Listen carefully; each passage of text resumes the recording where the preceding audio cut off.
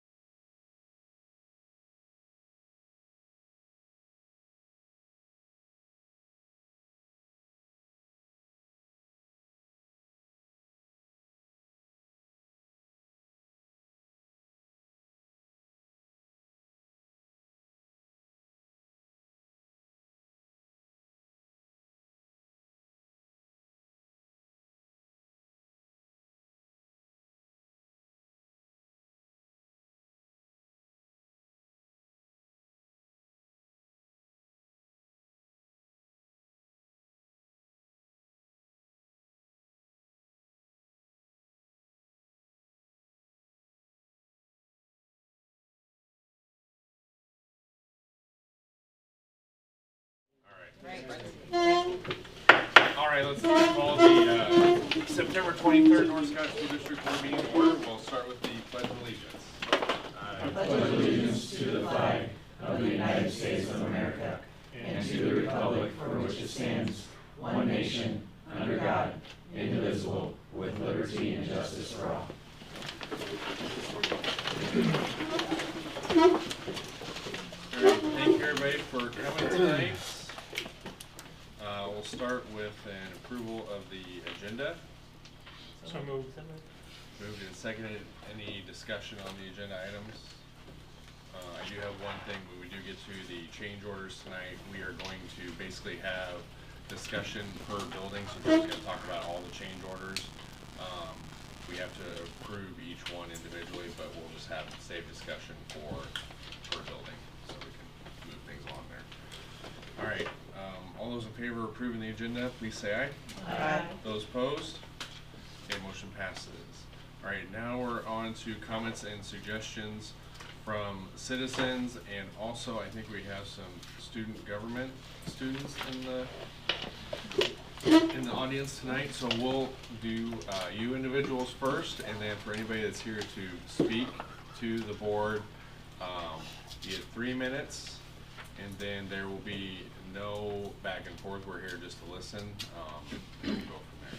So again, if you're a student in government class, sorry if I butchered that, please stand up, say your name, who your teacher is, and your favorite class. I'm Addison Eckhart. My teacher is Mr. Lens, and my favorite class is algebra. Ooh. I'm Cameron McCracken. I have Mr. Lawrence, and my favorite class is algebra. I'm Chase Blissett. My teacher is also Mr. Lenz, and my favorite class or subject is probably physics. Whoa, very heavy room here. All right, so if we have any math issues, we are coming to you. So. Not tonight. All right, is there anybody that would like to speak to the board tonight? And when you do, please state your name, where you're from, and then also kind of just topic where you're talking about. Where would you like me to stand? Just right here? Or Yes. Or if you want, yeah. Okay. Okay. My name's Andrew Harris. I live in Long Grove, North Scott's residents, and proud parent of 2 recent North Scott students. 49 days until the start of the 2024-2025 boys swim season on November 11th. For the past 4 years, I've had the privilege of being a coach on the PV boys swim team. As you know, the North Scott District has partnered with PV to have their swimmers compete on the PV swim team for over 30 years. During that time, North Scott swimmers have held school records and even selected as team captains. As a coach, one of my biggest honors is to be an advocate for student athletes. Today I'm here to support Mason Shack finishing his high school swimming career on the PV swimming team. Mason has been on the swim team since his freshman year. During that time, he has fostered strong relationships with his teammates and coaches. In August, Mason was voted to be one of our team captains. What an accomplishment. Mason was selected as a captain as a testament to his hard work in the pool, kindness shown to his teammates, and energy he brings to the team. I have looked at this issue from many different perspectives. First of all, as a coach, I was surprised to hear you had hired a North Scott swim team coach for this year. When the pool opened in 2022, I was told it would be several years before North Scott would even have a boys swim team. I've heard numbers like maybe 6 years from people who would make those decisions. As a North Scott fan, I want the North Scott team to be successful. North Scott has only one opportunity to launch this team. Let's do it right. Let's make sure we adopt the number of swimmers before we start a team. How many swimmers are committed to be on this team? Was there a swim camp this summer to offer, like all the other North Scott sports? Has there been any stroke return clinics for the boys swim team? Has the boys swim team had the opportunity to do off-season lifting or open swimming? I want this team to be successful like all your other North Scott athletic teams. In the past year, North High School has disbanded both their boys and girls swim teams due to lack of numbers. Most importantly, looking at this issue as a parent is the most difficult. How would you feel if your son or daughter had committed themselves to a team but they cannot compete for their senior year? Being on the swim team is like a big family. One of the team guidelines the athletes identify is brotherhood.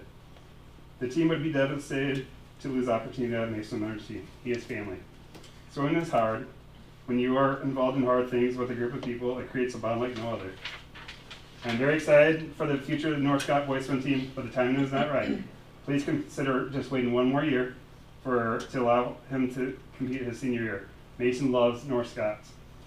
As a school board member, there's a lot of things you do not have the luxury to control. This is an issue you can make right. I understand starting a boys swim team in November may be the popular thing to do, but I'm asking you to do the right thing. Please wait one more year. Thank you. I'm just gonna briefly add. Hold on one second. All right, go ahead. I don't have many things to say, as I've already emailed you guys, and I'm sure you've enjoyed reading my long emails, and I appreciate your feedback. Just like Sergeant Harris says, I love this community, I love being part of the school district. I've involved with many different things here, and really appreciate it. Swimming has been a very big part of my high school career, and it's something I don't know where I'd be without it. I've met some of my best friends and coaches through the program. I know I've already mentioned that many times. Having the opportunity to be a captain this 4th year on the team would be, it just means a lot to me. It's something I'll always look back to. I don't feel that starting a team at North Scott this year is going to offer me that. Yes, I want to be competitive, but I also want to be with my friends and have the opportunity to finish out something that we have started as 10 seniors together and have been through hard practices year in and year out, working tirelessly through the summer and through the school year. Yeah, I just greatly encourage we look at some of our other options, like Sergeant Harris mentioned, and just consider some things. And I know some of you have discussed with me other options we can take, and I really appreciate your consideration. Thank you. Thank you. All right, is there anybody else that would like to speak to the board? Going once? This would come in with, I'm Joni Nagel. I'm a Long Grove resident. I'm here on behalf of the Alan Shepard fencing project, which I know probably doesn't impact a whole lot of you, but it does impact a lot of kids that live in Long Grove. I've sent letters to the board with a lot of information. I live right next to the school, and when I left tonight to come here, there's 35 to 40 people out in the schoolyard because there's a soccer practice. From what I understand, that would not be, I'm not sure how they would do that if there was a fence, an 8-foot fence put around the perimeter of the school. And since there's other people here, my question is, if you do that at Alan Shepard, do you have to do it at all the other schools too? Or are we just landing on Alan Shepard? And there's some other circumstances, extenuating circumstances around the school, but I'm hoping that we can come up with a modified option, if possible, rather than a enclosed option. I'm not sure how people would get in and out to use the school if it was on the perimeter of this playground. I'm hoping that people will still be able to use that. It's been a big part of our community, and it would be hard to have that not available for kids. So.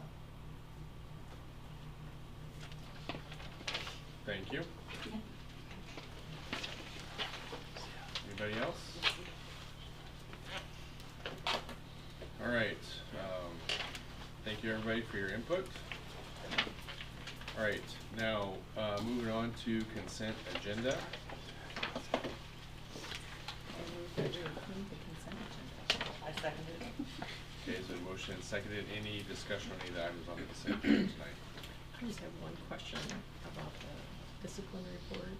Yes. Is there gonna be a presentation at some point? For the last few years, we really haven't, because it's, well, we could, but, so if that's something we want, just let me know and I can bring them in and do it, and have them talk about it. So it's the standard numbers that that we generate. Just to be able to ask questions Yep. about. Yep. That'd be great. Yeah, we can do that. I would just like to add, I know we had this at a meeting, I think, last year, and we looked at the different numbers that we were getting from the different levels of our schools. And the junior high seemed like they were very high in a lot of numbers, and then the high school. So I think it'd be nice to sit down and talk to the administrators to make certain they're all inputting about the same way. Because they get to think what they may call confrontation without injury may be something different than other schools. So I think Well, a couple years ago, we were way off, so we got together to make sure that we're coding things the same way. I would just have one other thing to add. It would be nice to have some trend lines. Put the last year and this year together myself. So we'll just kind of get an idea of where we've increased and where we've decreased. Maybe we can have that year over year. I know some of we've added definitions, or some there's we've added didn't have like harassment last year at junior high, or we got it last year, but we don't have it this year. So did that go into another category or whatever? So just a little bit better to understand and see if we're going in the right direction.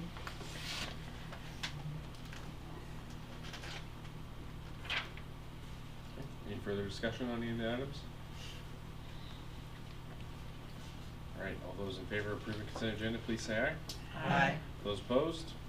All right, it is approved. We have no recognitions tonight. Moving on to bills. Jill? Thank you. This evening I have $1,579,212 worth of bills presented for approval for payment. Highlights include a payment to West Bend Mutual for $109,000. That's our workman's comp insurance for the whole year, the premium. There's a payment to Builder Sales and Service for $6,900. That's for some of the building improvements we had at Central Office over the summer. And then West Bend Music we got some repairs and supplies from them, along with 5 new instruments for the junior high for $4,556. And the instruments themselves we reimbursed with the Half-Life grant. Thank you. Thank you, Joe. I move that we pay the bills. Okay. It's been moved and seconded. Is there any discussion on the bills? All right, all those in favor of approving the bills for August, please say aye. Aye. Those opposed? All right, bills are approved. Now moving on to reports. Mr. Green, I think you have the floor. Perfect.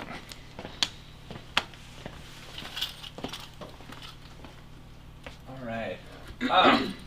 Well, one, thanks for coming out here tonight on Monday night here at Neil Armstrong.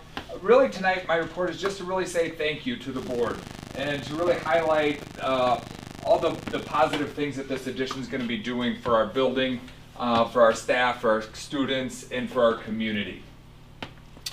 Yeah, but, oh, you can also hit. All right. So as you drove up tonight or whatever, this is what the front is going to be looking like here, which I think is kind of cool to see where it's going and where it's at right now. So just that transformation of what it's going to be looking like here, hopefully shortly. And again, just those things, like I just want to highlight how this addition is going to affect our students most importantly, but then also how the positive impact it's having on our teachers, our community, and even our custodial staff. Just the improvements that we've made and the things that are going on, how it's really affecting everybody that's involved here. So most importantly, our students, our pre-K and pre-K-5 and our preschool school students have those appropriately sized rooms, fully equipped with bathrooms. The bathrooms are just humongous to see that in those little kids' rooms so that the teachers don't have to take them into another room and we can take care of that business right there. The half, those of us that walk through it, those are amazing bathrooms. They got the little half doors so the eye can be kept on them, making sure that what needs to get done in the bathroom is getting done. It's kind of a cool thing, but we're going, right now the joke is, yep, that's also a place to bring in the horse, right? So, because there are those half doors. People think that's funny, right? Special education classrooms will have appropriately sized rooms and not have to share classrooms. Right now, all of our special ed rooms are doubled up, right? Just giving them that privacy and area to have those classes in their own classroom, which will be a great thing. Students, elementary, this was one of those things. The students, elementary kids get dirty. Elementary kids get wet outside at recess. they'll spill on themselves, maybe at high school at 2, but I think it's a little more common. But just having this, a new laundry room that we had to put in at some space that was not being fully utilized. To have clothes washed, dried, and anything outside of school, if someone comes to school or something needs to be laundered, we have that capacity to do that, to better service our kids, to make sure that they feel comfortable in their environment and they have clean things to wear while they're here at school.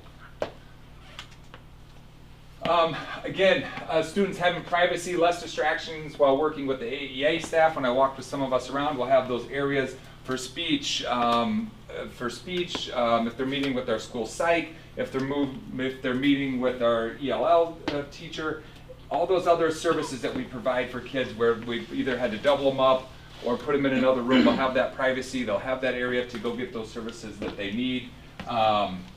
Also, that increased safety with the office area being able to monitor that front entrance, all of those things all combined, just really make that safe, welcoming environment for our students.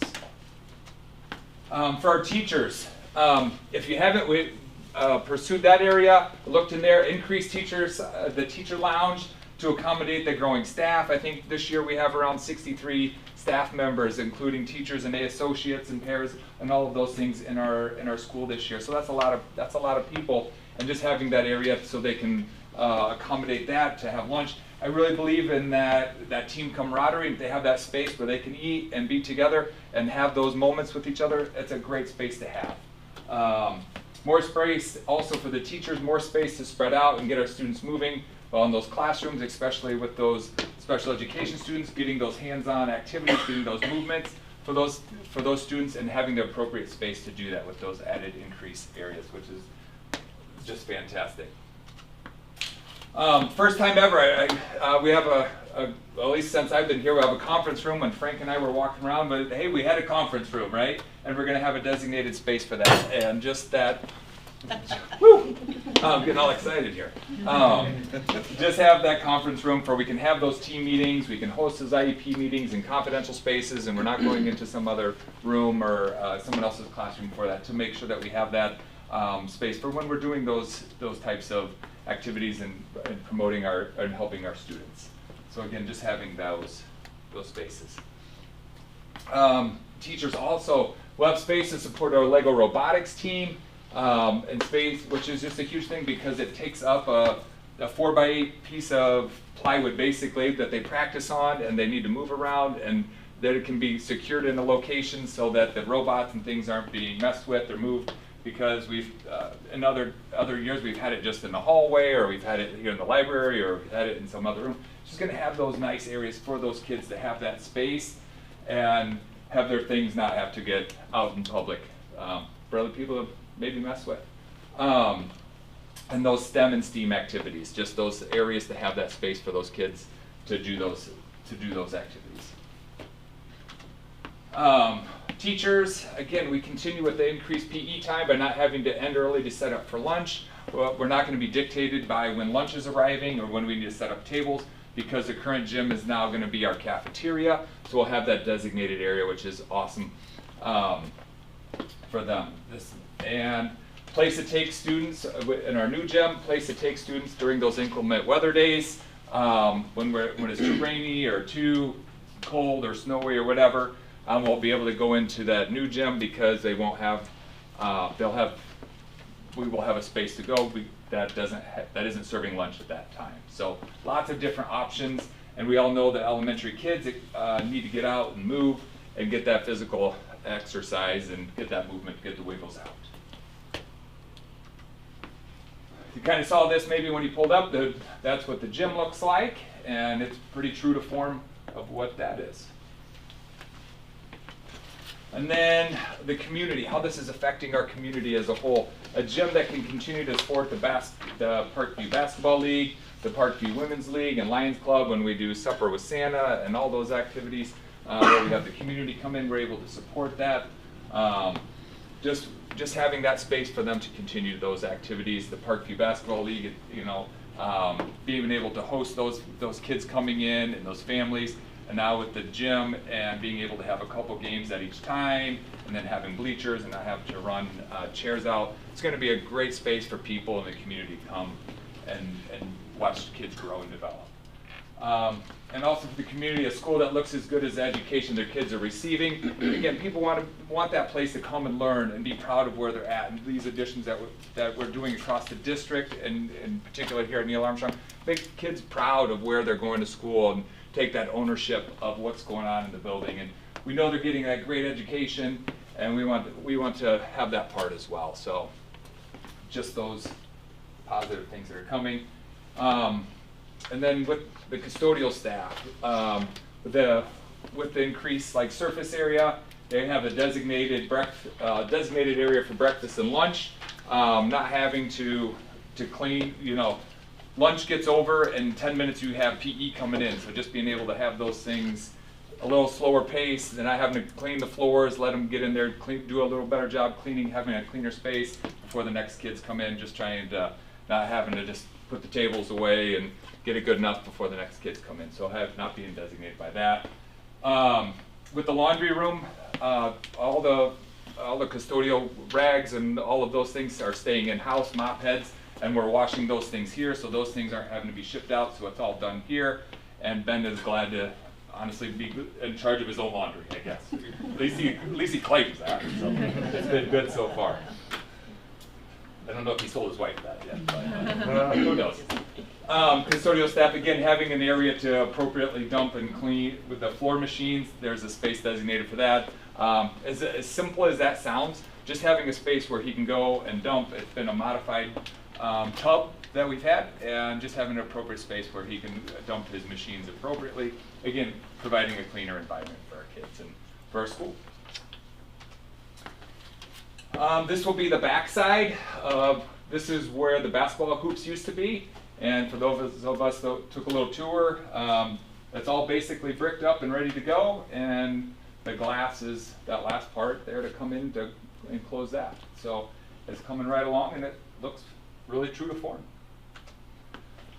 And again, just saying thank you to the board for allowing this to happen, not just here at Neil Armstrong, but across the district, because you're positively impacting the education of so many kids for years to come. And we really appreciate that, and just the commitment that you put into our district, into our, in particular, Neil Armstrong, and the great things that we have going on here.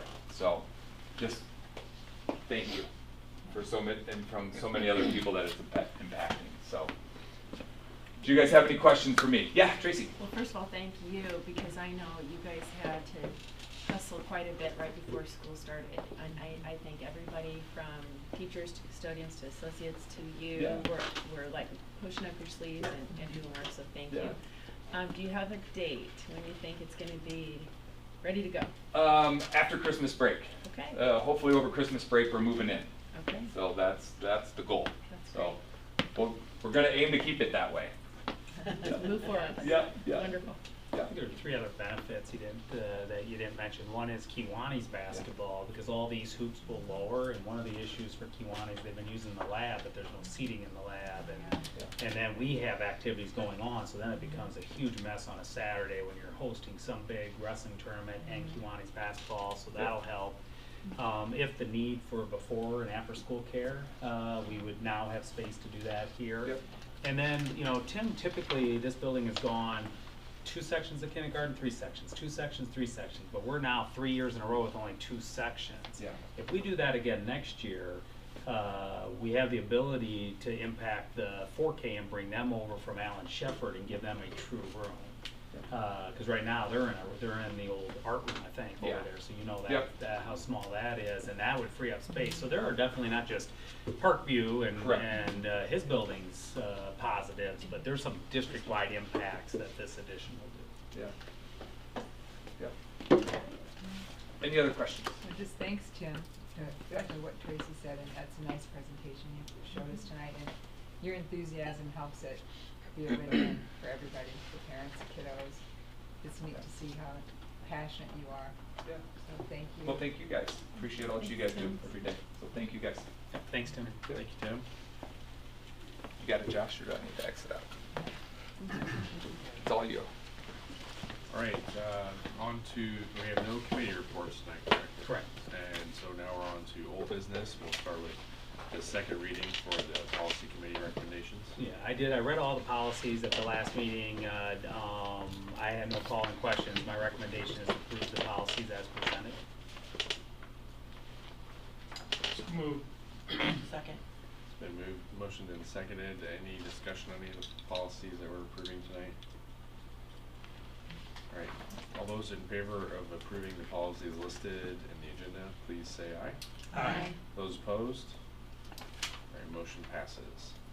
Now on to the Allen Shepherd fence bid results. Yeah, included in your packet is the bids that we received, and of course we received one bid that was amazing to come in at over half less than that. Since then, the city does have a 6-foot ordinance, and so they said, well, you know, we could go, and they'd hold a committee meeting quicker than a month from now if we wanted to go to 8 feet. I picked 8 feet just because it's harder to climb over an 8 foot than a 6 foot. It wouldn't matter. That's really the only reason we put an 8 foot at the softball complex, so 8 foot stuck in my mind. So to go with the 6 feet would not be a problem. It is, and we've had discussion with community members too. It's open still to the public. So the soccer kids, for example, would go through the gate, the public gate, to go use the soccer. They wouldn't be cut off from using it. They would still use it. Would it be as convenient parking along the road and just walking over? Absolutely not. But we would never want to close our playgrounds outside of the school hours to the public for that. So that's open, and then can you explain why this is necessary? So yeah, 'Cause I do appreciate people like Joni and others have reached out to us. Just reiterate why it's Yep, necessary. absolutely. I did look up, one of the things is you know, 2 years ago we had the school assessments that had to be done by the state of Iowa, and that's how we got the $50,000. Every single one of our elementaries, it is marked A that we haven't fenced in the entire property, but specifically have not fenced in our playgrounds. So from an assessment standpoint, from a safety assessment, and when FEMA did it 5 or 6 years ago, it's the same thing. Not that we do everything, but there are reasons, and the reasons why is over the years our special needs student families have said, well, you know, I have a runner, why would you not fence in the playground? And so that would be a reason why. Obviously, just to have a better area in which to watch kids. Our playgrounds are huge. It doesn't take much for a student if they wanted to come up missing or hide behind a tree and do those things. It's big. Right. Besides the fact, we have a situation this year with the neighbors. Actually, have a couple neighbors that a fence would give us a little bit more peace of mind. It's like anything we do. Nothing's 100%. But there are multiple reasons. And the people that contacted me, very passionate. They live right there. It's been very convenient. Grandkids walk across the playground. You saw those emails. And that, the city called today and wanted to make sure, mentioned they're worried that the snow drifting would be higher because of the fence within the alley. And I said, well, you know, for me, when I look at all the safety reasons, not just our one situation, my recommendation is still drifting of snow and convenience to be able to walk across the playground and not have a fence in your way just doesn't override that factor for me. And that's why I make the recommendation. It doesn't have to be 8 foot, 6 foot. I'm okay with the 6 foot. When we're going through it, I picked out that. And it's chain link, so you can chain see link, through yeah, it, so black it's chain not link gonna fence. be So privacy. just like our softball fields when you go by, and the newest fencing in areas, it's the black chain link fence, correct, yeah. And again, it would have other multiple gates too, because we need gates for snowplow to get in and plow the blacktop. So you got to have a gate a lock gate on that side where they can unlock it and get in. Our maintenance on the other side need to get in. There's a room that there, but also just you want convenience of mowing grass and things like that. It does increase that time, right? Because you now have to weed eat around a fence versus just mowing open areas. I mean, there's other factors that go into play there, and so that's the why. The why is all the multiple safety reasons that you potentially have, and why they end up on when they do school assessments, and you don't have your playgrounds fenced in. It shows up and says, hey, you ought to consider this. So our long-term plan would be to look at all of our Correct, and we've already started in certain areas. Ed White a few years ago got a straight line fence to get to have a barrier between the houses there, and that was the instigation was a pit bull that was never chained up and just didn't feel comfortable. Families didn't feel comfortable, and it made sense at that time. That was kind of the spark, that one.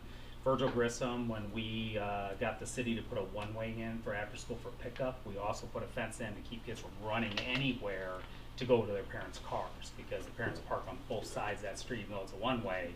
You don't want a kid dodging out in front. So again, to control the traffic, that fence was put up 5 or 6 years ago. Mike Klein's last year in that building. Not complete around playgrounds, but we have put up fences when you feel like it's hey, this is a good idea. So respond to why it isn't just one side, you know, close to the road, or one or two sides versus all the way around. Yes. Again, safety. You mean all the way around the whole building, or why we're doing all the way around the playground?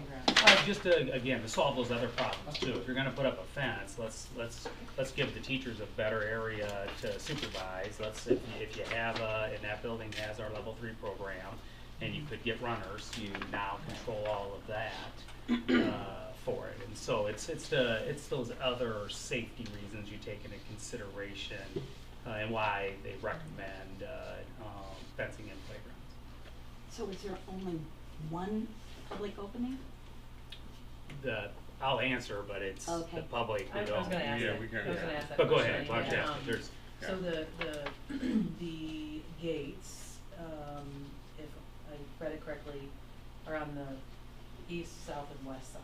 Right? So on the yes, there's one on the east, north side. north, on the east, west and side, south. it's right next to the building. Is that right? Yeah, be next to the building where you have and then of course our kids can also come in from a door, right? The door opens up into the playground too. Right, so but, if you yes. were outside, you'd have to go through that west gate to get, if you were up, if you were. I'd call it the south gate. It'd be the one facing the sidewalk and the parking lot. Yeah, sorry, if they were on the west side of the school, but like if somebody was coming around there, like say for example, the ones that come across the street on the north side, they would have to walk around and either enter, they'd walk around the north side. Yep. Yeah. West side of the fence, and then come right close to the school. Correct. Come close to the school and then after school hours. Correct. Okay. Yeah, or if they park in our parking lots, they would walk right from that parking lot right into the playground and after school hours. And that is right where the basketball courts are. Correct. And the parking lot means there would be a gate, a larger gate there, right? So yeah, I don't know the size off my head, but and then yeah, there's one kind of halfway up into the alleyway, right? Off the alleyway where a truck can pull in from that direction to plow to push. We need to get a truck in there to push snow towards that fence too. Okay, so it's up, I think. Yeah. Okay. Yep. Would that be open for families? It would not be open. That would be just a utility gate. But we're allowing, I think, because Molly and I were talking earlier today, there's 2 15-foot gates, there's 1 4-foot gate, and there's an 8-foot gate. So I think the 8-foot gate, can't remember correctly, but I think it goes with that. The gates can be moved, basically. They can. When we go to do the final design, it's the number of gates you have. I know Chad wants to make sure and talk about because he has the 5th and 6th grade go out and come out their entrance and come in, which means then he needs an unlocked gate there too, which would be on the very west side of the building. I will discuss that because, you know, it's like a lot of things. You try to limit during the school days how many entrances you don't have, you know, or that you just leave unlocked. Which ones do you, so they would, after school right now on the weekends, which ones would be open, do you think? Right now, I would say just the one up by the school, the main, what I would call the main. Off of the parking lot, correct. Goes on the basketball courts. Yeah, yes, yes, Okay. yeah. And so that opens up, that opens up after school? Yeah, it's, well, even during the day, there wouldn't be a lock on that gate. It's always open. Obviously, we don't let people come use our playgrounds while we're in school without fences. Right. But that gate would always be a public access gate. Kind of like our track has a public access. Right, okay. Now we make them do this. We don't take bikes out on our track, but yes. Okay, thanks.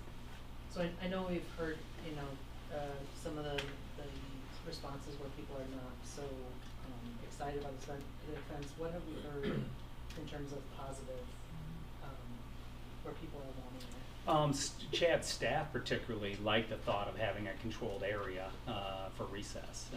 So that would be one. You know, I don't know if it's positive as much as the emails I received were from other schools going, when will ours get done too? Because they would like to see theirs fenced in, you know, and so when would we be doing ours? And that's just something.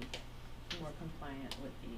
Yeah, but I haven't got a lot of people reaching out going, oh, that's the best idea in the world, and let's do that. Has anybody else got any feedback? I just have those little comments from staff at Allen Shepherd. Any other public? Our 3 families really have reached out that are opposed to it. All live right there on, the property or across the street from the property. I would say, you could always say, well, for silence, I would interpret it as people go, yeah, this is a no-brainer. You should have done this a long time ago, but that would just be my interpretation of people not speaking up, going in support of it. I think if we said we were going to turn it down, I think then we might have a number of people email us going, why are you doing this? Personally, you're going to side, against doing something that does make it safer, potentially. But I wouldn't know that because I did not receive an outgrowing. I mean, that first day after our incident, the first few days, what are you going to do? They wanted to know, and then I think a lot of people I got a lot of email goes when we sent out the message that said, thank you, appreciate you taking it seriously in that, but not specific. That was on all the stuff. Obviously, we have security there right now and some other things, that we've done. And so definitely a lot of support for the plan we put into place that following Monday, which included saying we would be looking into a fence. Just a last question. The kids who are level 3 runners, are they one-on-ones? Typically, yes. Yeah. So they have somebody that's responsible for them. Correct. And would follow them. Yeah. Oh, Yeah. okay. Yeah. Typically, if you have a runner, then you even send out associates out at recess. Now, but I can tell you, some of those kids are really quick. Well, yeah. If you've been having a one-on-one, we have. And there are regular ed students that have. Oh yeah. no Oh, runners do oh, that we'll as get, well. especially So it's young. not, and that's not a one-on-one. Yeah, kindergarten, first graders. Sometimes you get a new student in before they're identified, or just because they're struggling to adapt, they become runners for a short time. And sometimes we have to figure out as adults, don't play the game with them because they actually, they're actually playing the game in their mind, and we keep playing it with them and wondering why they're still running. And so sometimes we have to adapt. And where again, a fenced-in area, now you get outside, you don't let a kindergartner get away from you or get out of sight, right? It's anything can happen, and so this would help with that. I would just say that I think that, and speaking for Joni, I think anything that we can do to make certain that our kids and staff are safe and secure, and when you have an incident like we had, unfortunate, but we need to make certain that our staff feels safe in their environment and our students feel safe in their environment. I think that's one thing as a board we should probably take a look at all of our schools, because we had one incident at one of our schools, and we've taken it. We got security there now, and I know those 2 gentlemen came to me 3 years ago about doing some of that because we have a number of retired police officers that live in our district and have some skin in the game, and they would be willing to work, and be around the kids, and they'd be great role models. So I think I know it's difficult. I guess I would like to see, if we're going to be locking it down, the people can get in from one gate. Is it possible to allow them to open up during the weekend so they don't have that inconvenience of walking all around? But then we're going to have to shut it down when we have school, and we know we have our kids out there that we're. So I'm just looking at that. It's an interesting. What is law enforcement? Because I honestly I get we want to not have kids go places, but I also have concerns about kids not being able to go places inside, right? So I have that concern. Yeah, I would say this is from law enforcement. The person who did ours was a police chief, and he's following the guidelines put out by the federal government on what creates a safe environment within a school. So to answer that, I would say, that's why I kind of looked this up. I said, I'm going to look up because we've had our buildings from a safety perspective assessed twice since I've been here. This is the most recent one. So this is really from law enforcement. This is coming from... When was that done? 2022. Okay. Yeah, so this was just done. And so, and then FEMA did it maybe 4 or 5 years before that with the same. Now, we don't do everything that they recommend in the report. I just wanted to point out that it is a safety recommendation that comes down for school districts. Now, they would also say do your whole entire property. I know when we first talked was, you know, people thought we were doing everything, shutting off the entire school. That is an actual recommendation too. Put a fence around our entire property, you know, and gate it and do that. And then also separately, it points out we have no fencing on our playgrounds. So, yeah. So from a law enforcement, that is a recommendation. Yeah, I would almost think the entire property is better. I just say it because of where a kid's gonna go. There's one funnel to leave that place, and if there's any sort of situation that there's one funnel to leave that, you can't scatter. Yeah, without climbing the fence, right? Right? Yeah, yeah. So when you have a bunch of kids there and you're funneling them all to 1 or 2 doors, there's your, all your kids. Yeah, yeah. Right, some can't scatter to go across the street to get out of the way, that's what I worry about. Right, that's. So you have the 2 openings you're talking about. If there was a second opening, then they would have 2 ways. We don't have the entire Right. school out there at once. Yeah, right now, we never have the entire school. But right now, but Molly's point would be is not only our gates right next to the one door too. There is no other Well, door. I'm talking about the situation where, so- you know, yeah, I know about containment, but the recent situation, you know, if that escalated, you're directing everybody to a certain place, not allowing them to scatter. So, I mean, I'm just thinking about the training that we received in our workplace and things. I don't know, nothing's perfect. Yeah. You're really debating on, well, how many problems are you creating versus how many you're solving, type of situation too. So. Yeah, so if tonight we're gonna vote for the bids, but is there a way to have even our law enforcement look at the design a little bit more too? Like the gate, maybe the gating. leaving gates open. Yeah, I don't know what they Oh. would do necessarily. Yeah. I mean, Chad will walk through again, and Andy on where do we want the gates 100%? What do we right. want? They will do that. They just might have some input. I know we asked Sheriff Lane a lot of times of things that would help, just sort of his opinion on things. Yeah. And maybe they would help. Yeah, we have, their opinion. yes, obviously we have our retired ones over there now, but the Eldridge Police have done a great job Right. working with us over there for 2 solid weeks. They Right, made right. sure we had somebody there from 6 a.m. to 6 p.m. Just their And opinions. so is the Sheriff's Department. Initially, they were there, too, so. How long is the bid good for? Off my head, I'm gonna say it's usually 30 days, yeah. And I asked Andy, I assuming that same price for 6 foot, 8 foot, it really doesn't matter. I don't think so, but that would be some direction. If people are wanting to see the 6 foot instead of the 8 foot, then I would make that a motion. Or if someone's gonna make a motion to approve the fencing, right now that number is for an 8 foot fence. Now, we may not have a choice anyway with the city, and might have to do a 6 foot anyway, so.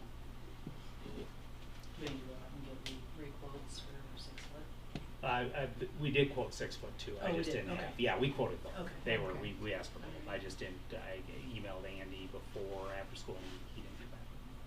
So I believe we have the 6 foot anyway. And I would guess just that's ask probably one the more- same price. One more so. question for our law enforcement, that if we're trying to make certain we have a secure section of our playground for our kids, what happens if we really need to get those kids out of the building? Well, that's what I And was it's saying. the opposite way, Out of the and I don't building or wanna out of the say playground? if there's an active shooter in there, we want them out. Are we restricting them, and are they gonna be able to Yeah. get where they need to get? Because I believe their facilities would be down to the civic center, isn't it, or to the fire station? The rally point, is that what you're saying? Yes, yeah, I think so. So, I mean, just a question on Yeah, that. my guess will be they'll say you should probably have 2 access points and not next to each other. We have 2 access points right now, but they're next to each other. Right. Okay. Yeah, that's what So I'm just offering that. And I know, like I said, Chad wants the 3rd one anyway for his 5th and 6th grade. Okay. And it matters what age Okay. groups, right? Sure. 5th and 6th grade, when they go, they're gonna jump the fence and get going. Kindergartner's not gonna be able to do so you gotta think about what age groups you have out there. And it's unfortunate we have to talk about that. Yeah, it is.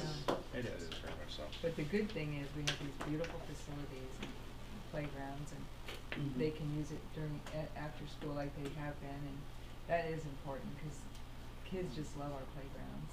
It's so nice they can utilize it still. Yeah. Any other additional discussion on this? Any questions for Joe? Joe, thank you for answering those. Yeah. Now, moving forward, kind of talking out loud here, so please bear with me. Do we want to approve the 6 foot? I mean, everything's on the table right now. I mean, or we could go from tabling to 6 foot to do the 8 foot. So I think we've got a lot of gates and access on here, but I just want to make sure that all of us are on board with going forward.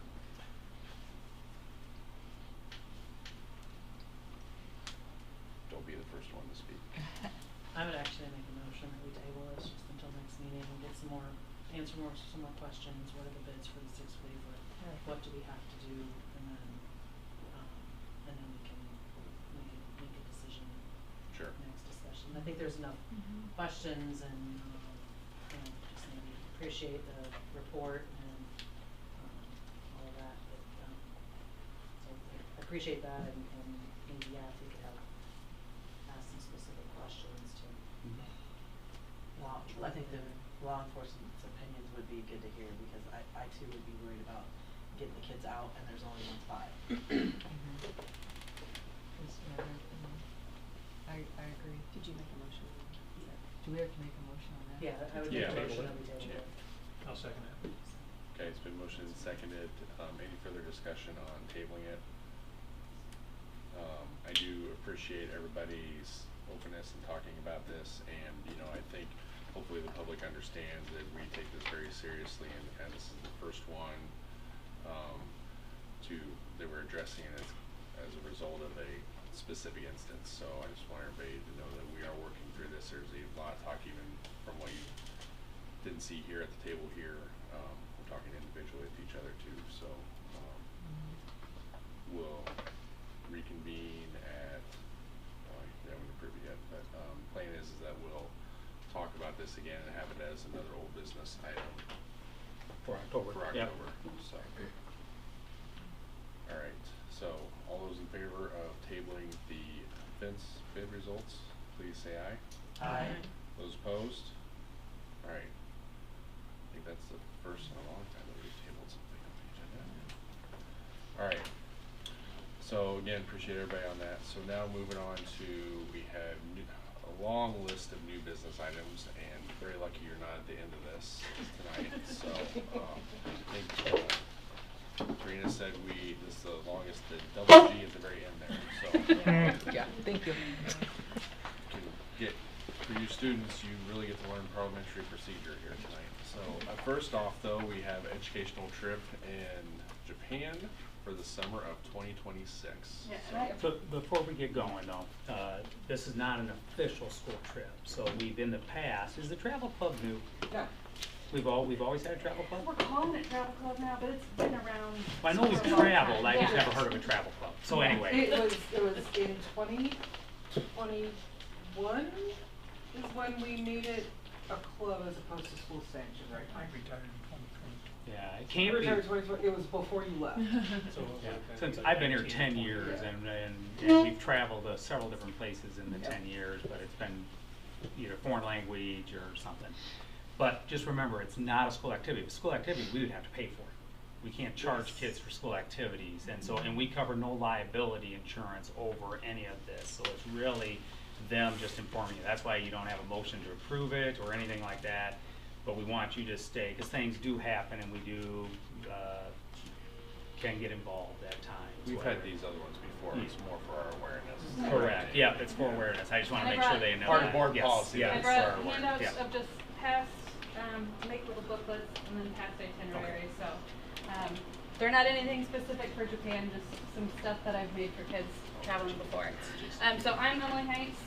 I'm Jen Satman. And we're going to talk about some travel opportunities at the high school. So real quickly, just telling you what we're going to talk about. Our travel partner, EF, that's where they cover the insurance and all of that. Our past trips, and then talk about Japan, which we're very excited for. So Education First, or EF, is our travel partner. They are phenomenal. We've traveled with them for years. Many different teachers. Michelle Murray and Ashley Labor, I know, were traveling when I first got here 12 years ago. Yep. Mac was traveling, Spanish has gone through, Anastasia's gone through, Nicolopoulos. So lots of different teachers have traveled with EF. We've looked at other companies, I've talked with other companies. EF is really great. Education First was kind of in the name. Education's a huge part of it. The G2PA, it's a really fancy graphic, which we'll talk about later, but some things that I have linked that are very important. So first, I couldn't find a graphic that said safety always, which is what my dad says. It's not safety first, it's safety always. But I could only find safety first. So lots of years of experience. They have people on the ground throughout the entire world. So when we were in Zurich, they have a headquarters in Zurich. They have a headquarters in Rome. They'll have a headquarters in Tokyo. And then just people on tour all of the time. And then, so you can read the linked safety report. And then for education, you can read the linked education report for 2023, which is really interesting. But things that I really like about EF, they're accredited, and they also offer college credit. Kids can willingly take that and get a humanities credit, which last time I talked with Scott and with their AA program does qualify for the humanities credit for our AA program. So I think that was 2 years ago that I talked to that and got that confirmation. So it's another pathway for our kids to earn that AA degree before graduation. Yeah. So you can go ahead. Yeah. Really, but like their travel goals and our travel goals, because we're not with Spanish like the foreign language. Neither of us are history teachers. We're both English, and so our education is a little bit more broad rather than like that language immersion or going specifically for like a history class. So cultural awareness, problem solving skills, education and reflection, and then independence and confidence. Those are really what we like to see our kids do and grow, and we'll talk about that a little bit as well. So this was the trip that Emily and I took back 2 years ago. We took 26 kids, 6 chaperones to Germany, Switzerland, and Austria. It was a very educational time. We did a lot of touring of Holocaust and Austria, Salzburg.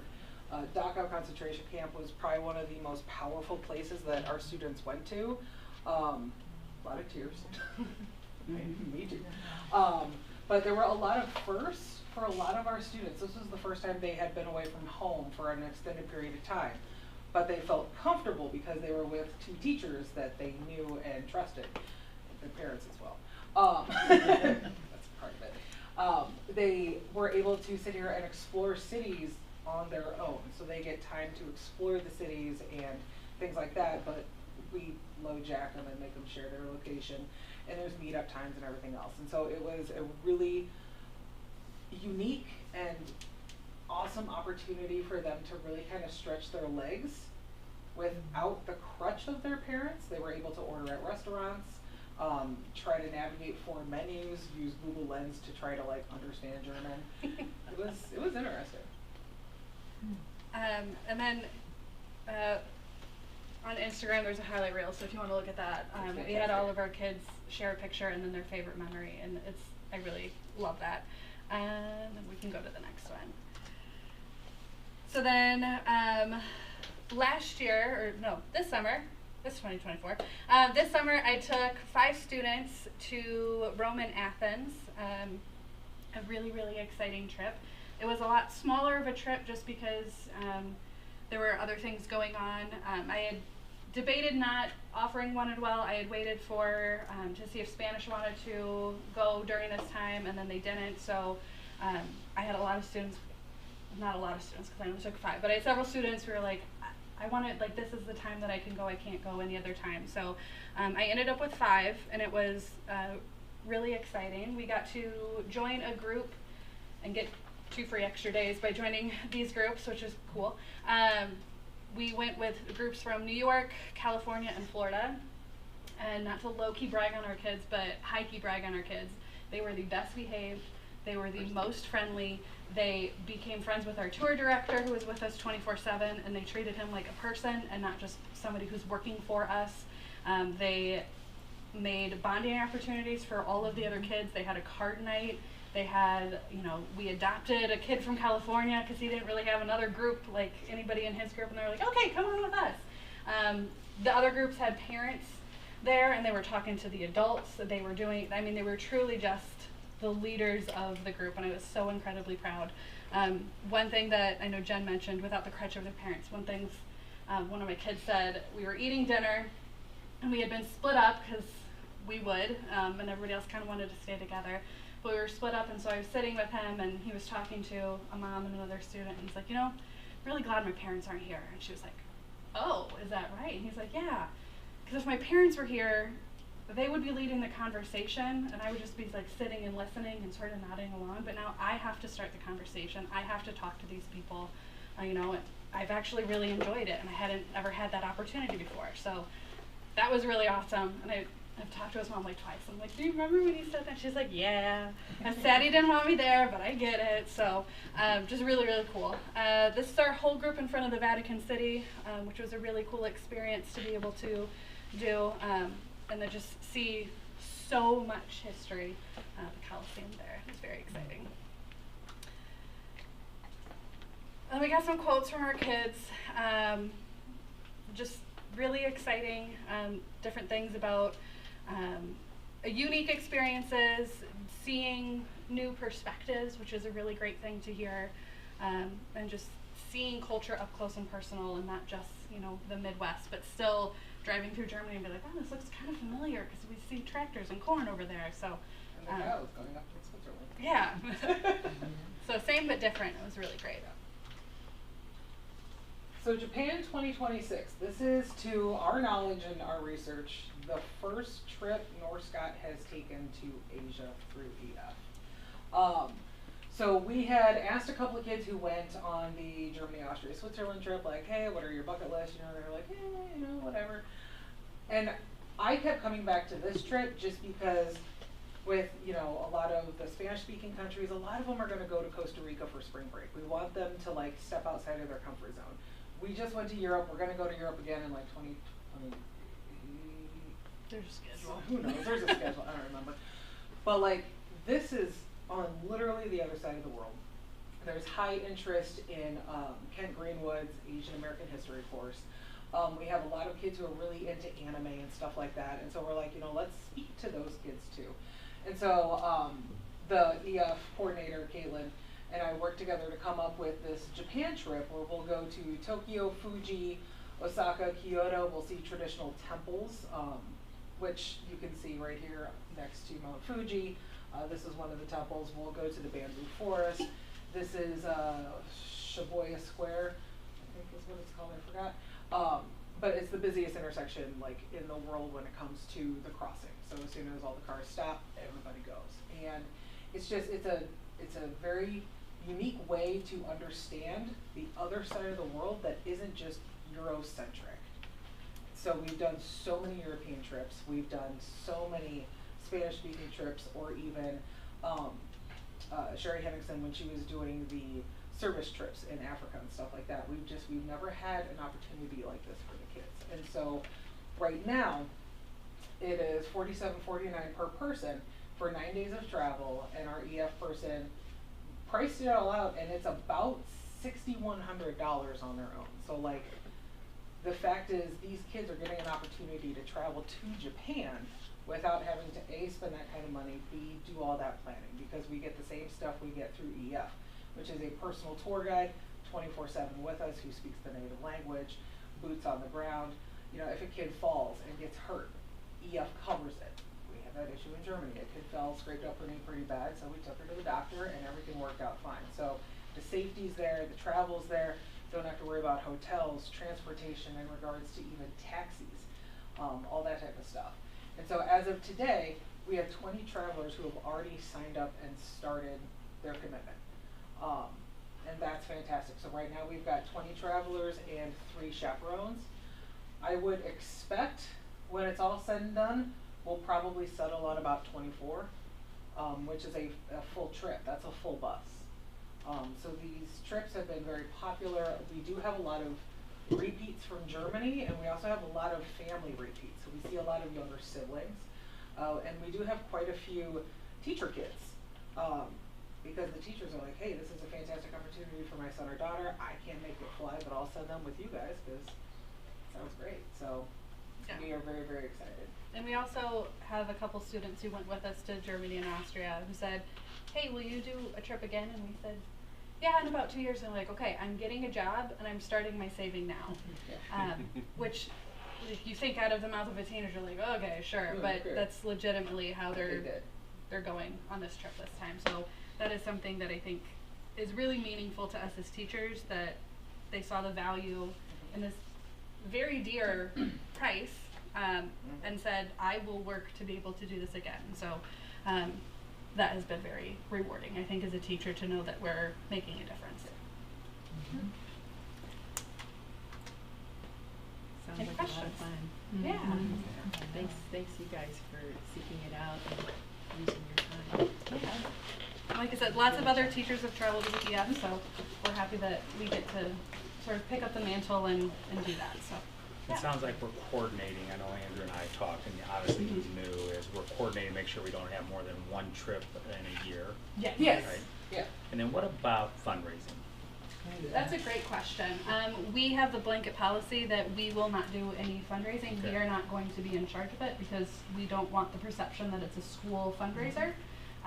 They have a personal, it's not a GoFundMe, but it's kind of like a GoFundMe page that they can send out. Through the EF page. Through the So EF they- page. they- And then they are welcome to fundraise on their own as long as it is not They don't the say North Scott, we're Mm-hmm. fundraising for this. It Yeah. would be like, I am fundraising, or a group of us are fundraising together. So we're very clear about that at the meeting, just because we don't want any incorrect perceptions about who is And doing you the guys don't fundraising. organize any of that, then you, Nope. that's. Nope. you- We hold No, our hands meetings off. and that is it. That's Yeah. it, okay. Yeah. Because that's always one of the concerns. If you had multiple trips, I mean, I know 47 really, compared to price is a good price, it's still $4,700 for a family. Still a lot of money. I can't It's afford still a it. lot of money. So you start fundraising for that. Do we fundraise for DC? I don't think we fundraise It's for the same It's process. the same way. It's the same way. We don't. My 8th grader's going through it right now. Okay. So anyway. So if they want to sell candy bars, that's on them. And so again, we make it very, very clear. I think we really got away from doing these presentations. I remember my first few years, there was a presentation every year about what that trip is coming up, and then we kind of got away from it. And then all of a sudden I see club, I'm like, we need to bring you back to the board. Not that it's a school sponsor, it's just good because they will get asked questions, I'll get asked questions, Well, and I and so think- it's good to know what you guys are thinking and doing. Well, I think it kind of died out. My first trip was to London, Paris, and Dublin. And that was going to be the summer of 2020. So, ever since then, we haven't presented back to you guys. But yeah, we're more than happy to come in and let you know what our kids are all about. And you can follow our Instagram. It's travelwith.HS, Heinz and Salmon. Not high school. Yeah, Heinz and Salmon. Thank you guys. So when you have if you have a group of 24, there's gonna be 2 more chaperones. Who are they? Are they 2 more teachers? Are they? Teachers, spouses of ours, you know, it's because last time we had such a big crew, her husband, who is a teacher at Lord's Catholic. Lord's Catholic, and then Stacy Kinsey was one. Liz Richards came on the trip as a parent, but took on the role as a chaperone. Thank you. And then my husband came, which he was the organizational brains behind everything. The safest man. The safest man in Europe, yeah. He was watching those kids. And then originally, Anastasia Nicolopoulos was going to go on that trip with us. She had gone on it in the past when they went, the school went, with, I think, Michelle Murray lead as the lead for that one, but she wasn't able to. And then she was going to, if we had enough kids for the chaperones, come with to Rome and Athens, because what would be better in Greece than a native Greek speaker. So she was like, hey, are you going to try this route? Are you going to try this route? Are you going here? And I was like, yes. And we actually just missed Sean Chapman in Greece by 1 day. So he was flying out the day that we flew into Rome. So Wonderful, thank you. Thank you. Thank you. All right. Thank you. Thank you. We sure appreciate you guys coming in. Wonderful.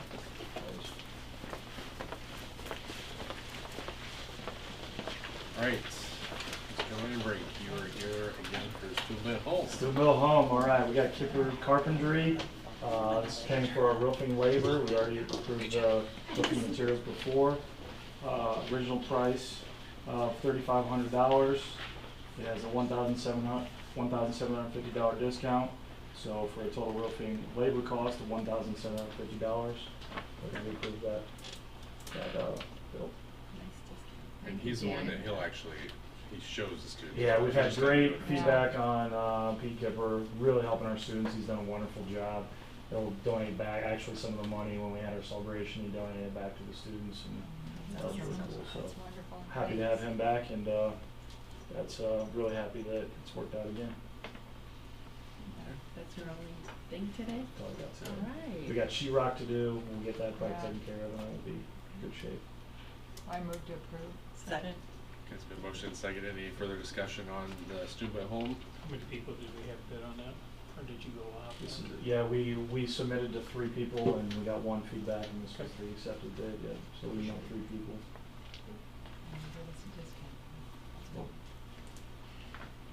All right, any further discussion? All right, all those in favor of approving the Student Bit Home contract for the roofing labor, please say aye. Aye. Those opposed? All right, motion passes. Thanks, No problem. Thank you. Bye. Bye. All right, now on to the litany of change orders for our various Vision 2025 projects, and solar is included here as well. Solar, I think we'll probably just talk about individually, but for these, that's the ones, like I said earlier, Joe will go through each project site, and then have a lot of discussion on that, and then we'll approve one individually. All right, so Lancer Stadium's real easy because it's not a cost to us. When the Southern Bleacher Company made the press box, they didn't put the conduit in, so they had to pay our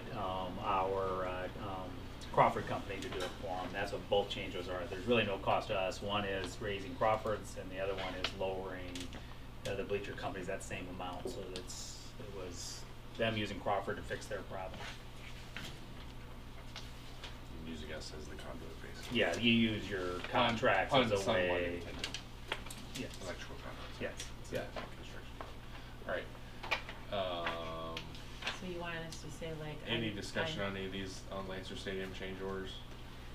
Okay, so I move to accept the Crawford Company electrical bid. Second. So motion seconded. All those in favor of approving the Crawford change order, please say aye. Aye. Those opposed? All right, that one's approved. Moving on to the And you Southern could Bleacher just do credit. making the Motion change order approve number D, 2. because that's the- Okay. Just do change order D of D. change order number 2. Motion to approve Yeah, that, yeah, 'cause that'll that's be the- easier. the front and Yeah. back of the Yep. same project. Yep. Second. So motion and seconded. All those in favor of approving item D on the agenda, please say aye. Aye. Those opposed? All right, we're approved. All right, now on to the junior All high. right. We have 5 here. Yeah, junior high. The first one is the greenhouse that they're going to put in is so long. We added water and electric to both sides. We originally only had it on one side, and so we wanted to extend it down now versus trying to run lines and stuff in a hoop one. And that was a recommendation. Scott said it'll be easier if we do that, and so that was our request. That's number 1. Number 2 was, again, as we look around the back and seeing where there was awkward space and a sidewalk made more sense, we asked for a sidewalk, additional sidewalk to be put in on the back side of the junior high. That matches up with the blacktop. The next one, number, G. well, that 3, yeah, so I'm on G.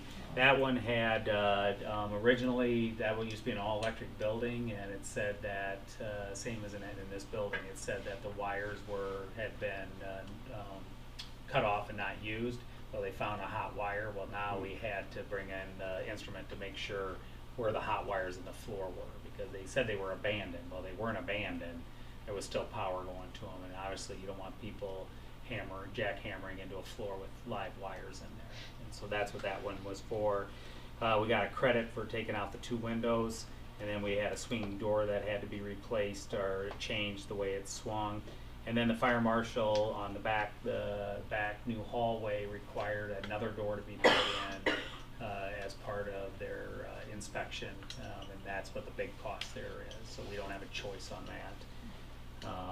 Or I'm sorry, that one's coming up. The fireproofing between the two buildings, they required more fireproofing. The fire marshal did, and so that's what those are. The next one has the drywall furring. That is just making the old masonry match up with the new mason work to look good. The ceiling on the storage, originally it was just going to have a false ceiling in there, and knowing that kids might throw something up there. And then if we wanted to store something above the storeroom there, we asked to put plywood in there. We also did not have a solid up to the ceiling separation between that room and the next room, the special ed room. And so we went ahead and have put drywall all the way to the deck for a sound barrier between the shop and that room. And then the sound panel request was from the music department going to the name brand. Even though the sound panel that we had in the bid met the specification, they did more research, said no, it doesn't do this one, we wanted to do that. And so we changed out the sound panels in both, that's orchestra and in the band room both, to get, I wish I could think of the company's name, but it's a company that does most music stuff. So that's what those are.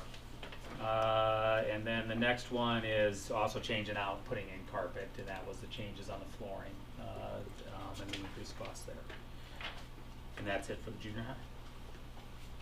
So are all of these costs from junior high, is it coming out of contingency? It comes out of contingency, yeah. Okay, well, okay. Yeah, and a There's good a lot of question, who asked the Stephanie. question? I Stephanie, did. you asked the question. We're 300,000 still left in total contingency. When you look at all of our projects, we had 2.1 million of contingency. We have 1.8 million of contingency spent, so there's still 300,000, and we're at the tail end. I know I said this last month. I swear to God, I did not realize we're still backlogging. But we are, all of our projects really are at the tail end. There's not much that could happen here. We got through the rough part, and that's the areas when you start tearing into something, and those are almost all over. We shouldn't have a whole lot more, so we're not worried about spending through all contingencies on projects. And So. that 2.1 million includes all projects, even the ones we didn't put a contingency in for, just so you know. So I was Right, conservative right. in that information that I shared. Yeah. Thanks, Joe. Thank you, So- Joe. Thanks, Joe. Okay, I'd like to approve the change orders for the junior high, E, F, G, H, and I. Second.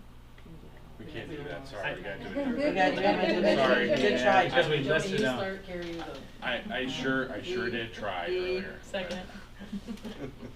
All right, sorry. All right, E's, but any other further discussion on these? Joni, I would appreciate the question, because I had the same thing too, because it seemed like there's a lot here. Didn't think anybody'd catch me. We have the juniors here that we want to make their time worth it. All right. All right, so E's been motioned and seconded. All those in favor of approving item E, please say aye. Aye. Those opposed? All right, motion passes. On to item F. I move that we approve item F for the change order for the junior high. Second. So motion seconded. All those in favor of approving item F, please say aye. Aye. Those opposed? Motion passes. On to item G. Motion approved, change order on item G. It's been motion seconded. All those in favor of approving item G, please say aye. Aye. Those opposed? All right, item G is approved. Item H. I move to approve item H, change order. Second. So motion and seconded. All those in favor of approving item H, please say aye. Aye. Those opposed? All right, motion passes. On to item I. Motion approved item I. Second. All right, all those in favor of approving item I, please say aye. Aye. Those opposed? All right, motion passes. Now on to Alan Shepard. We have 4 there. 4 of them. The first one was extra work to get the overhead door to fit into its location, so that was the first one. The next one is we relocated the exit gym light, had to do that. We requested a cable ladder in our IDF room. That was our request. Because we did a partial startup, there was extra cost because we're waiting for the transformer, so that's what that was, to get the building running to where we could use it this year and at the end of last year. And then we needed an extra outlet due to the configuration to run the toaster, and so that was part of that one. That was our Is that request. like a large piece of equipment? Say that? Is that a large piece of equipment? The toaster? Or is that It's a one special outlet is- cord, and then they had to reroute a line for it. Yeah, so it's pulling a line in a circuit. It's both. So the kids are eating in the Yeah, cafeteria, yep. but we just don't have the We just don't not kitchen using the functioning kitchen. yet. Yep. Okay. Yep. And we're still on track for October, by the way, for that, right? Yeah, October 17th is the shipping date as of now. All right, I'll take Yep. the kids to school that day. The additional dumpster, that was the next one for the amount that was needed, and then mirror backing. The mirrors needed more backing for support, and then we needed a steel column block replacement due to cracking that was on from Audubon's the original structure, so it's reinforcement. And those are the 4 Allen Shepherds. Okay, any discussion on any of those items? One on the additional dumpster, is that just trash dumpster, and they were just, I don't understand. Well, they the put in additional how many cost. dumpsters based off what You the know. project is. The problem is our dumpsters also get full on weekends. Not our problem. I know, I for just- that, but this one had in how many dumpsters would be used, and we went over the amount of dumpsters, and so. A fence They would don't fix have- that. You make a good point. Too late. And I know it's very small, it was the overhead door that we had to cut out and so forth, but did they not take a look at the specs when they did this? I mean, some of this I look at and say architectural or whatever. It's not our problem. Correct. But it's Yeah. that situation, and yeah, $747 or $3,400. It's hard to swallow. I mean, Audubon, yeah, they had a steel column block replacement because they. With that, you wouldn't have known, yeah, so those are easier ones. So- If you uncover something and you gotta put it in, or a backing, you have to reinforce something. But there are times in which we get, where it's an architect issue, and then there are times that it did end up that way. Would we not have had that problem for the change in seasons? I mean, was it because of the status of the project, or? Which one, the where steel? they were at? Yeah, the face block wrap on the steel column, looks also been cracked in the building associated with change in seasons. I believe we're Because talking it was about exposed? the original structure had cracks in it that we're going up against versus brand new with them. Because if it would have been theirs cracking, they would have solved that problem themselves. That's their, if you're building and it cracks, it's like our cement at the stadium. When the cement cracked, they tore it out and poured new cement. Over time, cement cracks with winters, but it shouldn't crack within the first 24 hours of pouring it, right? Or that, and so. I'll make a motion to accept the change order for Alan Shepard to River Valley Construction. That's item J, correct? Yes. That is J. All right. Second. It's been motioned and seconded. All those in favor of approving item J, please say aye. Aye. Those opposed?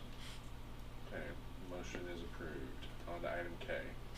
Make a motion to approve item K to Rock River Electric. Second. This motion seconded. All those in favor of approving item K, please say aye. Aye. Those opposed? All right, motion passes. On to item L. Motion to approve item L, change order. Second. All right, all those in favor of approving item L, please say aye. Aye. Those opposed? All right, motion passes. On to item N. Motion to approve item N. Second. All right, it's been approved and seconded. All those in favor of approving item N, please say aye. Aye. All right, motion, those opposed? All right, motion passes. All right, on to the Regional Innovation Center. So the first one is when they are installing the unit heater condensers, they required them to have drain lines that went in there, and so that's adding the drain lines that were required from those units.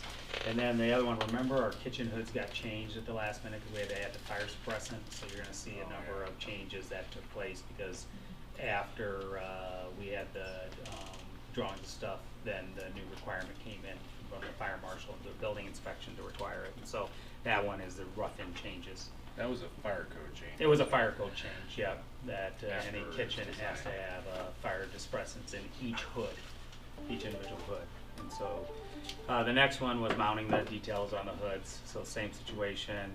And then what am I on number? The P is the conduit. That we added additional conduits for future use on the north driveway. The mounting of the hoods is the next one, Q. And then the mechanical equipment pad exterior, and that was adding, putting some of our mechanical equipment on pads that was put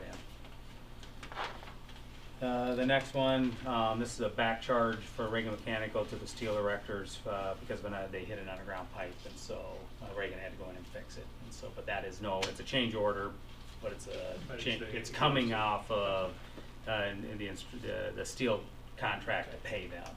So it's not a cost to us. And then that was the last one for those, You know, for the that's Regional kind of- Innovation Center. It's kind of like that, again, the first one. And how do we not know that think we need drain lines for heaters? Yeah, that I couldn't answer other than. It was determined that they were required, I can't believe they didn't know It would be in those the weren't- specs, wouldn't it? Why wouldn't that be known to be required? Well, it wasn't in the specs, and so then when the company who got the contract to install them then goes to the meetings and says to the architect and says to Ken Russell going, hey, you realize these that we're installing do require that, and so you're going to need to put those in. And so now I couldn't tell you was that missed off of it, would every heat, I don't know enough about it, know what everyone needed, but yes, if the architect or the HVAC designer should have, you would think would have known that, and then it would have been in the original cost. Those are ones where you argue, well, you would have, if we would have had it right, you would have paid it. But That's true. Yeah. But to that point, we're also Price would paying have been up. Leggett and Russell to Yeah, it just catch worries these me. for us. Correct, Yes. correct. It's pretty frustrating. This one would have been caught by the installers, the HVAC installers. But companies like Russell and Leggett do this work all the time, I would think. There might be some stuff. On the change order for like the equipment pads, was that something we decided that it was gonna be on gravel or something before?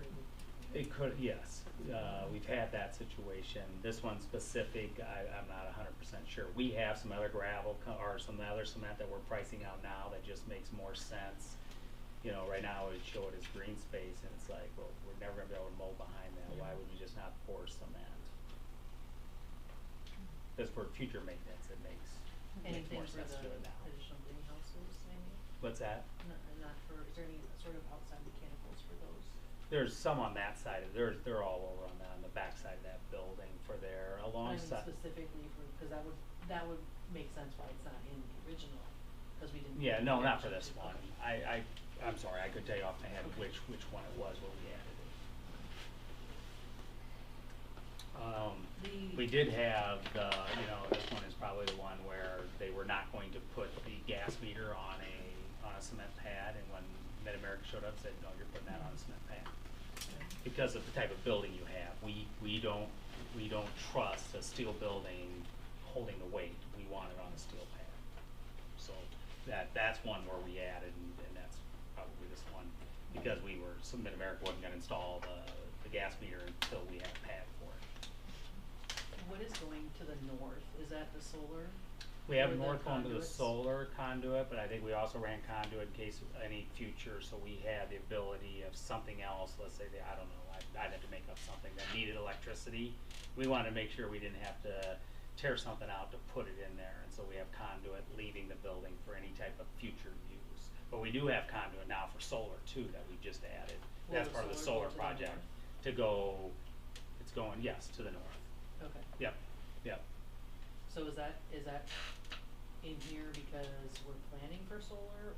We have solar being planned in this project, yeah, but not in this project, as one of our solar projects. This is one of the Mid-America's buildings, so we can And we do took it solar out here. of the original. right? Yeah, it was out of the original, and now we've added in under the separate solar. Okay. So it's a separate project. So it does get a little confusing because you're going to see, I think, the change order for this center Okay. for the solar because we're putting the conduit into that. Did we do anything on any of the Armstrong areas Yeah. under conduit somewhere?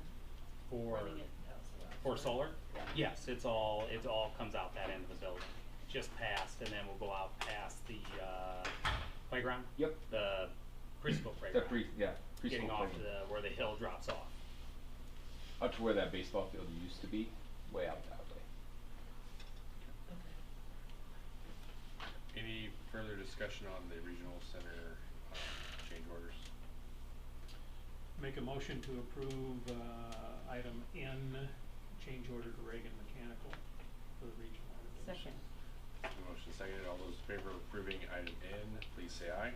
Aye. Those opposed? Right, N is approved. On to item O. Make a motion to approve item O for Rapids Food Service in the Regional Innovative Center. Second. Okay, all those in favor of approving item O, please say aye. Aye. Those opposed? Motion passes. All right, item P. Make a motion to approve item P to Shaw Electric for the Regional Innovative Center. Second. It's been motion and seconded. All those in favor of approving item P, please say aye. Aye. Those opposed? Okay, motion passes. Item Q. Make a motion to approve item Q to Builder Sales and Service Company for the Regional Innovative Center. Second. Number 2. Motion seconded. All those in favor of approving item Q, please say aye. Aye. Those opposed? Great, motion passes. Item R. Make a motion to approve item R, change order to Centennial Contractors for the Regional Innovative Center. Second. Motion seconded. All those in favor of approving item R, please say aye. Aye. Those opposed? Motion passes. Item S. Make a motion to approve item S, change order 5 to Reagan Mechanical, which is actually a wash, at the Regional Innovative Center. Second. There's a motion and seconded. All those in favor of approving item S, please say aye. Aye. Those opposed? All right, item S is approved. Now on to a whole bunch of Neil For Armstrong. Neil Armstrong. All right, first one in Neil Armstrong, we requested another outlet for microwave in the teacher's lounge. What about a toaster? Not for the microwave. Couldn't help myself. The next one, U, is we had the gym floor, the way it was situated, we needed the steel modifications, and the anchor bolts, and then the striping all changed, which increased the cost for the change order number U. And then V, they needed to do the ductwork routing and return air discharge due to trying to get through existing conditions. And then when we got in there, they said our ductwork it had never been replaced since the original building, and we had a section there we had the ability to go ahead and get it out, put in new ductwork, and that's what we requested that to be done. And then we replumbed the exterior. The next one is replumbing the exterior hose bed and getting it rerouted and new plumbing going to that. The next one is the underground existing foundation walls. When you get in there, they're not the same, so there's additional work there. And then we had add anchor bolts, and that actually got back charged to K&E flat work, so there's no cost to that one. And then the unsuitable soils on the addition we walked through tonight to bring in rock and make sure that the cement was sitting on solid ground. The next one is the hallway ceiling grid replacement. That was us asking, when they're starting to do it, to remove more than they were originally going to do. And then the concrete, we had to do that same scanning I mentioned earlier over here because there were hot wires for this building. And then we changed the bathrooms. We were going to put terrazzo in those 2 kindergarten rooms. And there was no way we were going to get it in time and be able to match, and so we went in with VCT, and of course that's a fairly good savings. Terrazzo is much more expensive, so that was our request, and that's also the next one, putting VCT in that area. So we have 2 of those at our request. hallway ceiling grid and tile, and then the ceiling and ductwork penetrations, and then the PE office when they're in there working. It was clearly we had areas when you start tearing apart, you're coming up against an old area. We just had them tear it out so it all looked good. So you didn't have a partial new room, but you had a ceiling that did not look good. And then that's all of them for Neil Armstrong. So where we changed the bathroom floor from terrazzo to VCT tile, are we gonna get a change order on that reverse of the terrazzo that we had? Correct, the terrazzo. Well, I think is that way it showed it as a deduct. I didn't see that. But yes, so where we pay more, or where we paid for the VCT, we will get the deduct coming from terrazzo. Okay. So we actually save money. It doesn't cost It us just says money. we're paying more. Yeah, we paid more, but the terrazzo will have it as a change order. Yes, thank you. The unsuitable office area had a lot of rain and rock. Mhm. We thought that was gonna be with the gym too, but Yeah. that was not the case, right? No, we got Okay. lucky. It was just Okay, really, right. it was on the surface only. It was dry underneath, so we Okay. didn't have any in the gym. And I was hoping we'd get lucky with that one. It was obviously had more rain put on it and stuff. Yeah, But okay. nope, not just on this Alright. this side of the building. Any other discussion on the Neil Armstrong change orders? Make a motion to accept change order T to Crawford Company for Neil Armstrong. Second. The motion second. All those in favor of approving item T, please say aye. Aye. Those opposed?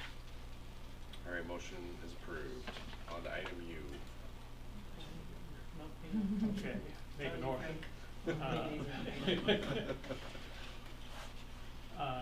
Okay, item U, to design build structures for Neil Armstrong, change order two. Second. Motion second. All those in favor of approving the change order item U, please say aye. Aye. Aye. Those opposed? All right, motion passes. Item V. Make a motion to approve change order to Doug's Heating and Air at Neil Armstrong. Second. Motion seconded. All those in favor of approving item V, please say aye. Aye. Those opposed? Right, item V is approved. Make On a motion item to approve item W to Hometown Mechanical for Neil Armstrong. Second. Right, all those in favor of approving item item W, please say aye. Aye. Those opposed? All right, item W is approved. On to item X. Make a motion to approve item X to KV Flat Work at Neil Armstrong. Second. Okay, it's been motion seconded. All those in favor of approving item X, please say aye. Aye. Those opposed? Motion passes. All right, item Y, sorry. Make a motion to approve item Y to Tricon General Construction at Neil Armstrong. That's change order one. Second. It's been motion seconded. All those in favor of approving item Y, please say aye. Aye. Those opposed? Motion passes. All right, on to item Z. Make a motion to approve item Z to Allied Construction Services, change order number one for Neil Armstrong. Second. It's motion seconded. All those in favor of approving item Z, please say aye. Aye. Those opposed? Okay, motion passes. On to item AA. Make a motion to approve AA change order number one to Builder Sales and Service Company for at Neil Armstrong. Second. Okay, it's been motion seconded. All those in favor of approving item AA, please say aye. Aye. Those opposed? All right, motion passes. On to the solar project, Okay, Joe. so the solar is all our request, so once we approved it, we bring Acme in, walk through it again, they do all the paperwork applying, but that's when we've requested these things, and Andy right away, as he looks at it, goes, wait a minute, if I have to get in there, I want 8-foot wide gates, and so that's why the gate changes. That was for Andy. Then we started talking about what was gonna be underneath. The last thing is I want people mowing, having to go inside a fenced area and have to mow. If we can just put, we priced out gravel and then also, what do they call it, the knee-high, the seating where the plants will only go so high so we don't ever have to worry about them getting up to the solar panels is what we did out of John Glenn too. And so we gravel was way expensive, and so we went with that type of plant that would do it. And then with the Innovation Center, because we can only go off of what the project says how much energy is going to be used, that we didn't want to not, what happened if it's using more and we want to expand, and so we want to set up that system. If we need to grow that system, we can grow it there. All the other ones, we have 3 years worth of bills. We know how much energy this building uses, and then we can predict easier with that addition on there, that square footage, and so that's why this one has that, and that's what that one is.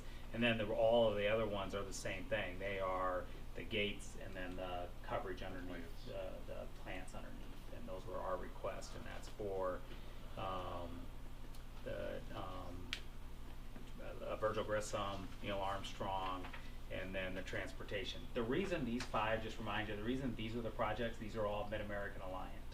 In order for us to move anything within the Eldridge utility and with Long Grove, we're going to have to sit and have a meeting with them to find out if it even pays enough based off of their ordinances that it wouldn't be a 30-year payoff, right? It may not financially be set up that it's worth us doing it. We might have to look at some other maybe angles and partnerships with those 2 utility companies. Maybe that would work out better than us putting them on each single building, because right now in the state of Iowa, any building, you have to have the panels at the meter level. So we couldn't take our transportation field, put a bunch out there, and then charge it to every building within Eldridge. Can't do it. Every single building that gets billed has to have its own panels. And so anyway, and so that would be the next step for those projects. But these we could get started, get approved, and hopefully by the time snow flies, they're done. So we've already picked out the locations for these? Yes, we walked around, and so like Tim's building, they're all on the ground. Now, Princeton is passing an ordinance. They're in the process of it. We're in the process of being approved. Right behind its building is the best seat for us, but Princeton's passing an ordinance. They can only be on the backside of buildings now, homes, and on the roofs. And so they have 2 more readings. So I emailed the mayor and just said, well, our project's already going through the state of Iowa and the Mid-America for approval. I assume those ordinances won't count for us because I don't know. I haven't been at the city council meeting why they only want it, because you eliminate a lot of houses. You put it on the back of a roof and it's not facing south in the sun. That means you can never do solar in the city of Princeton for a majority of our homes. Now, a lot of them are covered by trees anyway. You can't do it anyway. But so you have the ground there. We have the ground here. We have the lower roof of the wrestling facility.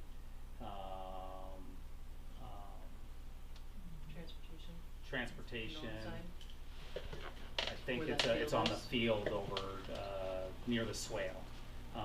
We always look to say, okay, if there's any potential future expansion, we don't want to block that. So make sure when we walked around, you're putting it in areas that if you ever had to build a wing on, that you would not be blocking that wing or something like that. Oh, so we're trying to avoid the roofs. 20 years out, you're going to have to replace the solar anyway, right? And then that's their lifespan, so. Yeah, they start degrading at 20 years or 15 years, and then that. But so you had the solar company also say this is a good spot to get a good correct. sun. Yeah, yeah. Scott's worked with them more than I have. Now I've walked around too because where I saw some plague, I'm going, no, that's way too close to where Tim could potentially have a ball diamond or something there. You need to make sure that if we're going to be away anyway, make sure it's in an area that doesn't impact future use or that. Yes, yeah. Did we look at, or can we price out going above, so like the above parking like they have in Quincy Airport, you see it a lot of places in the south, and yeah, we haven't for these. I assume once we get to the center, that's what we're going to have to look. If we're going to avoid our roofs, then we're going to have to use some other type of system. But even here at Armstrong, you could line the whole, that's southern facing, right? So the parking spots all, I guess, along here. I'd be interested in what that would cost rather than putting power all the way out there. What is it for covered parking, right? Yeah, well, yeah, out there we'll have to go around the building and come versus a straight shot. The cheapest is actually on the roof because then you can go right over top of where you have to come in at. Problem is that you now have excess expense every time you replace a roof or have roof damage. You got to pick them up, move them, and do that. That's why we want to avoid the roofs. Well, that's kind of what I was asking, did we run anything out that way? I know we already had the cement tore up over here, right, to the fire hydrant, right? You already had a path there. Yeah. Yeah, well, we'll still have to, because it's, you know, where that transformer is the direction we'll have to come out from. Whether you turn and go that way or you keep and go straight out. And so, but no, we did not price out any of that. We went with them on the ground in areas that we would use. So. I'd be interested in what it would do for the covered piece, but I don't know. I think I've asked that several times. You're talking about the carport type Yeah. concept of. Yeah.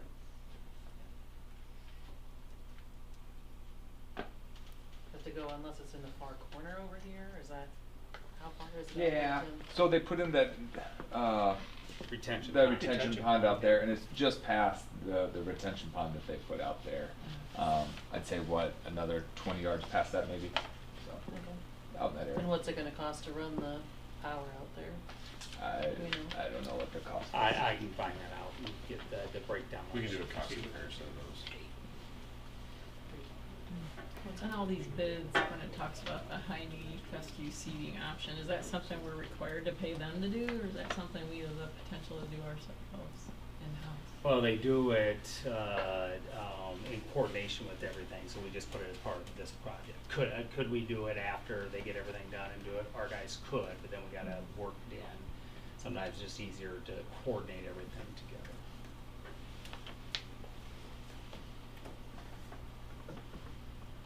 Any additional discussion on the solar projects?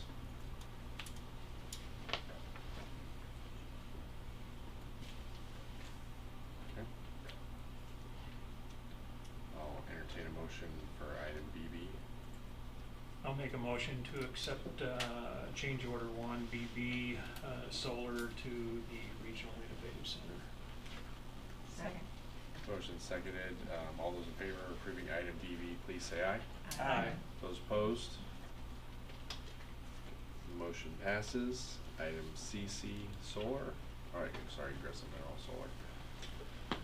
I make a motion to approve item CC for Grissom Solar. Second. So motion seconded.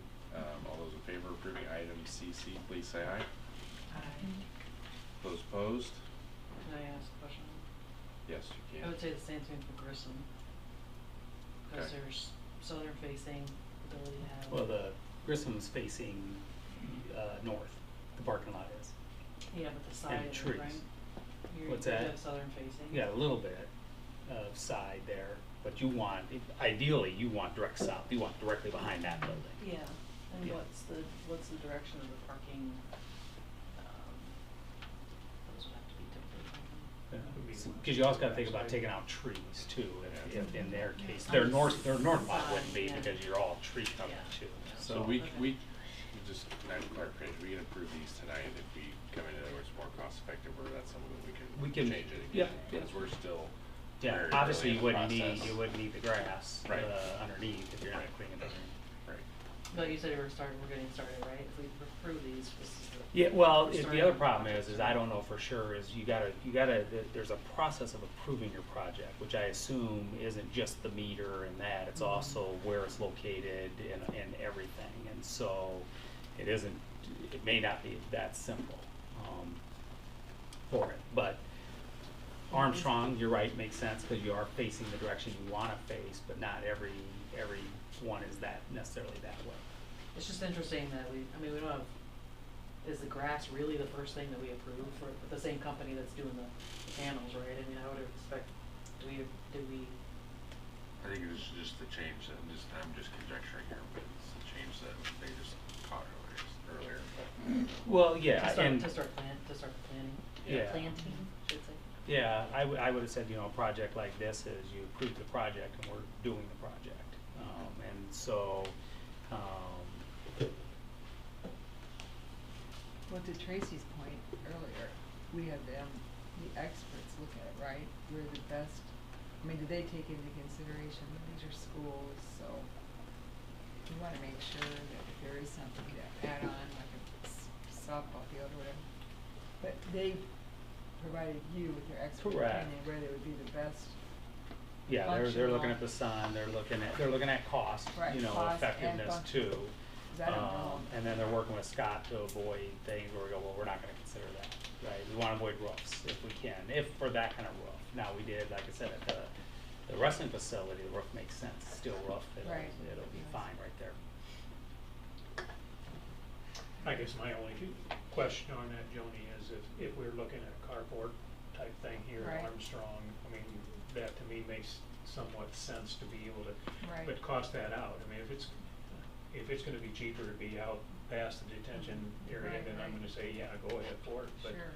if it's gonna be a little bit less expensive there, then teachers are gonna be able to park underneath it, and they don't have to brush off the That's snow. good, yeah. You're plowing maybe, I mean, you know. But the depending on plowing what is still, it- I mean, there's still, we talked about when, if we did that, we'd have to put it in a way that we could. Yeah, it'd have to we put it could away, you plow can it. still plow it and. So and I'm push just it. thinking that, and what you indicated, is it gonna be cost effective one way Yeah. or the other, Yeah. so it'd be nice to find it. Can you tell I've been thinking of conference every time I go to Arizona and what's the airport and the whatever, you know what I mean, like there's And we're not schools gonna- there, I mean, I know it's Arizona and Joe, California. I think but we've already got the a, sun, but still. motion in a second. You're pretty sure that we're not gonna be messed up with Grissom? Oh, I don't know, I never got an answer yet, I could see them going, oh no, I don't know what their motivating Well, factor is. the only to thing do I it. would say in the government side, that is, they haven't passed anything, it would be grandfathered in if we've started it. Well, that was my email to them, we've already started in the process, because, but let's just say we can't, then we're forced to go to the road. So what you're saying is, Frank, we should be grandfathered in? We should be grandfathered in if we pass this thing before they do it, no. Yeah, okay. All right, so we're back to item CC. CC has been approved. I Yeah. thought we We motioned and seconded, all those in favor of approving item CC, please say aye. Aye. Those opposed? I can't remember what we did. I'm sorry, so, all right. Item DD for Armstrong. Make a motion to approve change order 1, DD for the solar at Armstrong, asking Joe to get the potential cost on carports. Second. So motion seconded, all those in favor of approving item DD, please say aye. Aye. Those opposed? All right, DD is approved, on to item EE. Make a motion to approve EE change order 1 to the transportation for solar. Second. So motion is seconded, all those in favor of approving item EE, please say aye. Aye. Those opposed? All right, solar is approved. All right, back to you, Jill, for the special ed deficit. Thank you. So this is an annual request. We've done this every year. Last Monday was the date where I had to close out all of our year-end reports. And part of that is reporting on the financial information for the special ed program to the state. In closing out the year last year, our special ed revenues were 5.8 million. The expenditures were 6.5. Overall, that resulted in a deficit of $653,324. Over the last 5 years, it's been all over the board, from the mid 300s to over 800,000. We came back down a little bit this year. Just a lot of little shifts all over the place. Benefits went down just a little bit. We probably had a couple people opt out. Tuition and receipts went up a little bit. A few high-cost kids left. It was just a lot of little things that made up that difference, but it was kind of nice to see it moving in the right direction. I know Heather's been working really hard at that. But as part of that deficit, we have the ability to request allowable growth and supplemental aid for that negative amount. It just gives us additional spending authority in the future to increase that amount. It won't change our taxes or anything like that. So that's what I'm asking for this evening, is to put in that request to the SBRC. One of the things that it has impacted us, the state of Iowa takes a larger chunk of Medicare reimbursement directly to the state. I was just at a meeting, and I know Clinton was really tracking that. They've lost like $300,000 to the state of Iowa. And they bill a lot more than we do, but they've taken a bigger chunk of Medicare reimbursement. And so our deficit goes up because we used to get that money to help pay our deficit down. I'd like to move to approve the request for additional allowable growth and supplemental aid. Second. For the special education. Sorry. Been motioned and seconded. Any discussion on this one? I'm just gonna add, I just had a meeting with ISB last week, and we had the head of Heartland in there, and she gave us a big dissertation on what's gonna happen with the new law with special ed and so forth, and I don't know, we're still looking for somebody here. I don't know if we've got somebody for the Mississippi Bend yet. They do, from the state, one of the to 5. see who, what's the effect gonna happen to us with North Scott as far as, I mean, is it 40% we're gonna get next year? Well, it's 90-10 for special ed. This year's 100%, but then it's 90-10 for special ed. It's 60, well, this year is 60-40 for all the non-special ed money. Next year it's 100% to us. Right. So everything other than special ed becomes billable. The only thing that really stuck with me is that I know that the non-publics they have special ed. A lot of times they're gonna, now that they're taking other kids, a lot of times they'll come to us and they don't have to pay anything for it. That's what I got from her. It comes out of our, they're 90% and our 10%. Yes. So I'm rather concerned whether we're gonna be hurting. I don't think we're gonna be hurting it, but I just want to know what it's gonna affect us. Yeah. Yeah. Because I heard what it was in Des Moines. Thanks, Frank. Any additional discussion on this item? All right, all those in favor of approving the special ed supplemental deficit adjustment, please say aye. Aye. Those opposed? All right, motion passes. On to item GG. And we're gonna have a discussion, no vote here. Yeah, no vote, it's just a on discussion of where we wanna go. I know last month we did interview the company that we worked with in the past, and just a reminder, you know, we talked about this during the work session. You know, our plan's 10 years old, so we did it during the end of my first year, so it's really been in 10 years. One time, right before COVID, we did bring SchoolWorks back in to help update it. We worked with Dennis, and then COVID hit and that stuff. And so when we look at being, you know, that process was done 10 years ago, it makes sense that now, as we are 10 years later, things have changed to get some community voice on. You know, I think a lot of things, school safety on, you know, we've had grade realignment, you know, as the district grows. There's just things, and we didn't have a lot of community voice. And when I said that, I think as we look at the next strategic plan, one of the things we need to do better on is how do we get community voice in, staff voice and community voice, and not just surveying. And let's find a process that would do that. And that's how it hit our strategic plan conversations this summer. Obviously leadership change coming in 3 years, to be able to get that for a new superintendent 3 years from now, to have that in place versus have to redo that process, then it makes sense to me to do it. And so I look at all those as the reason why. A, it's 10 years old. We've had a lot of changing to get some public input. We need more voice put into the process. SchoolWorks, when I talk to them, I like the fact that they've actually changed their process to meet what I considered high priority, and that is those focus groups and how do we get people's voice in. Now there's other people. I know School Board Association has a process. Not sure of their whole process. I know they're more surveying whether they would meet our needs, but that's an interview. I did look at, there's a couple other national companies out there that do just schools. Obviously we could interview one of them for it, but just throw it out there. Where do we go from here from a board perspective on the strategic planning process? I just will tell the board, I talked to Tammy Gromwell, I believe is her last name, with ISB. She's one of the board professional development people. We've had her in a couple times, and I told her that I would try to make a phone call with Joe and myself and her and just talk about basically what we're looking at. And I did talk to her about looking at getting focus groups and being able to get data. So it's just a matter of seeing, will they be able to do that and at what cost. So I think that we can get that done this week possibly. And I went on, I mean, if you Google strategic plan, there's a number of groups out there that will do it, and there's a few that will do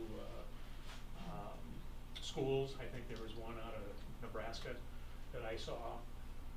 Of course, you read the hoopla that this school district did, and they did a fantastic job. So yeah, you'd have to find out if, yeah, you know. I know Waukee used a company out of California, right? But they have been sold too, just like Dennis is no longer at Teamworks, and so he wasn't sure. He said when they're about ready to redo their process too, they would be interviewing companies just because we used them before. Now it's new owners. He didn't know what kind of changes. I would just like to see a couple others too, just to see what people want. So do we want to have like ISB talk to them, but also what's everybody else thinking? Like have the sample Milwaukee used just as a basis, or do you want to go completely random? Or I mean, I can continue to ask people who do they recommend. That was the only, you know, a lot of districts don't do it. I'm glad we are going to take the time. 10 years is a long time, so I'm glad we're taking the time to look at that again and update it. Before I was I walked through the whole process. Mm-hmm. I think Joan, you walked through the whole process, right? Oh yeah, I was on sure I did. Was involved in it, so. Yeah, you were a little involved.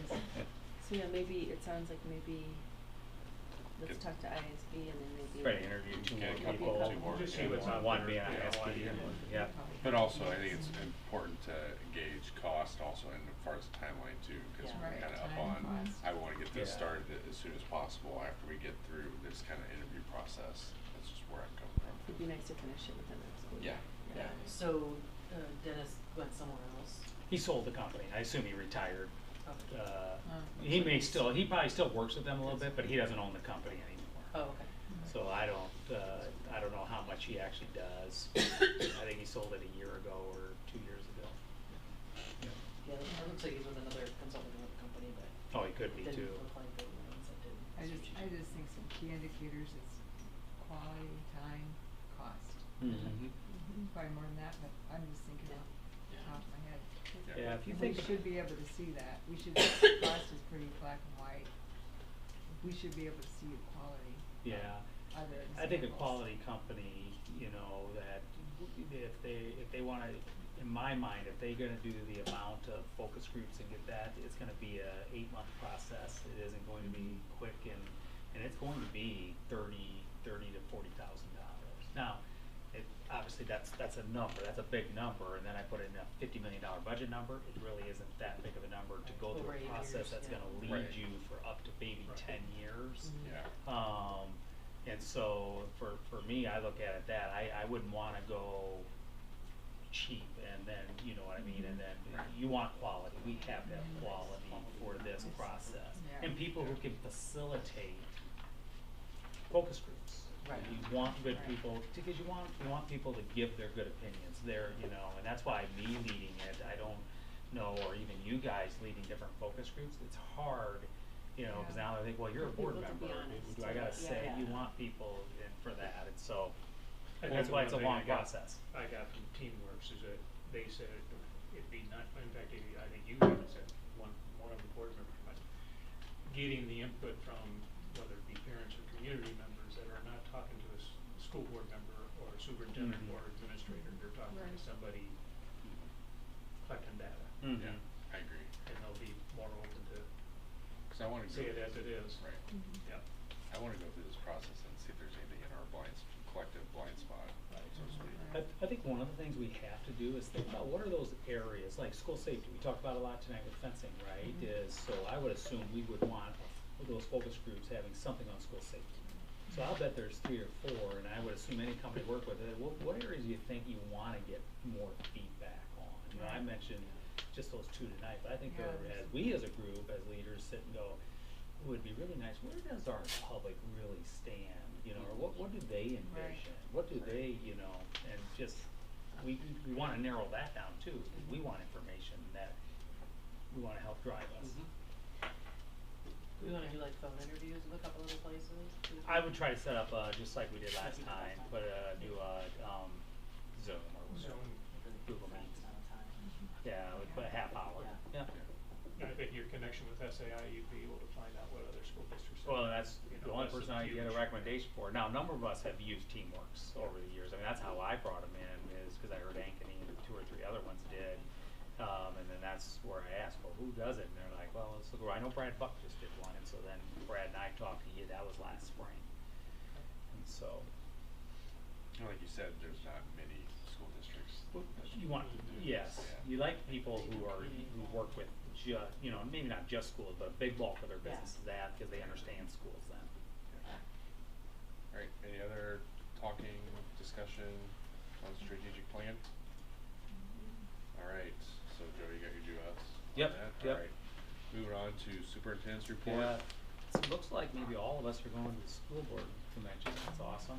So, and I know several other people are going to, at least 2 of you, maybe 3 of you are going down the night before. That a lot of us come down because of Tuesday, the delegate assembly. delegate assembly. Somebody signed up for a morning one too. Carrie, did you? So you might want to think about, and I told Tarina to reach out to find out, because it could be an early morning when those start. So that's good. Sounds like we got that arranged. Vision 2025, I know we talked about this building, and we are looking after January. If you didn't walk through and you want to walk through when we get done here, we can do that. But obviously the walls and stuff are going up. The stadium, talked to Zach tonight. They still don't have a final requirements coming from the state, and yet I have a report due tomorrow, and so he started rough drafting a report. Hopefully I'll know more tomorrow, but I don't really know any more today. Now, I told Zach, there's no way we're not putting a fire alarm in there, so get started on that process. It's going to end up a requirement. And so get with Crawford, they're the ones who do the electric, and start getting that plan going.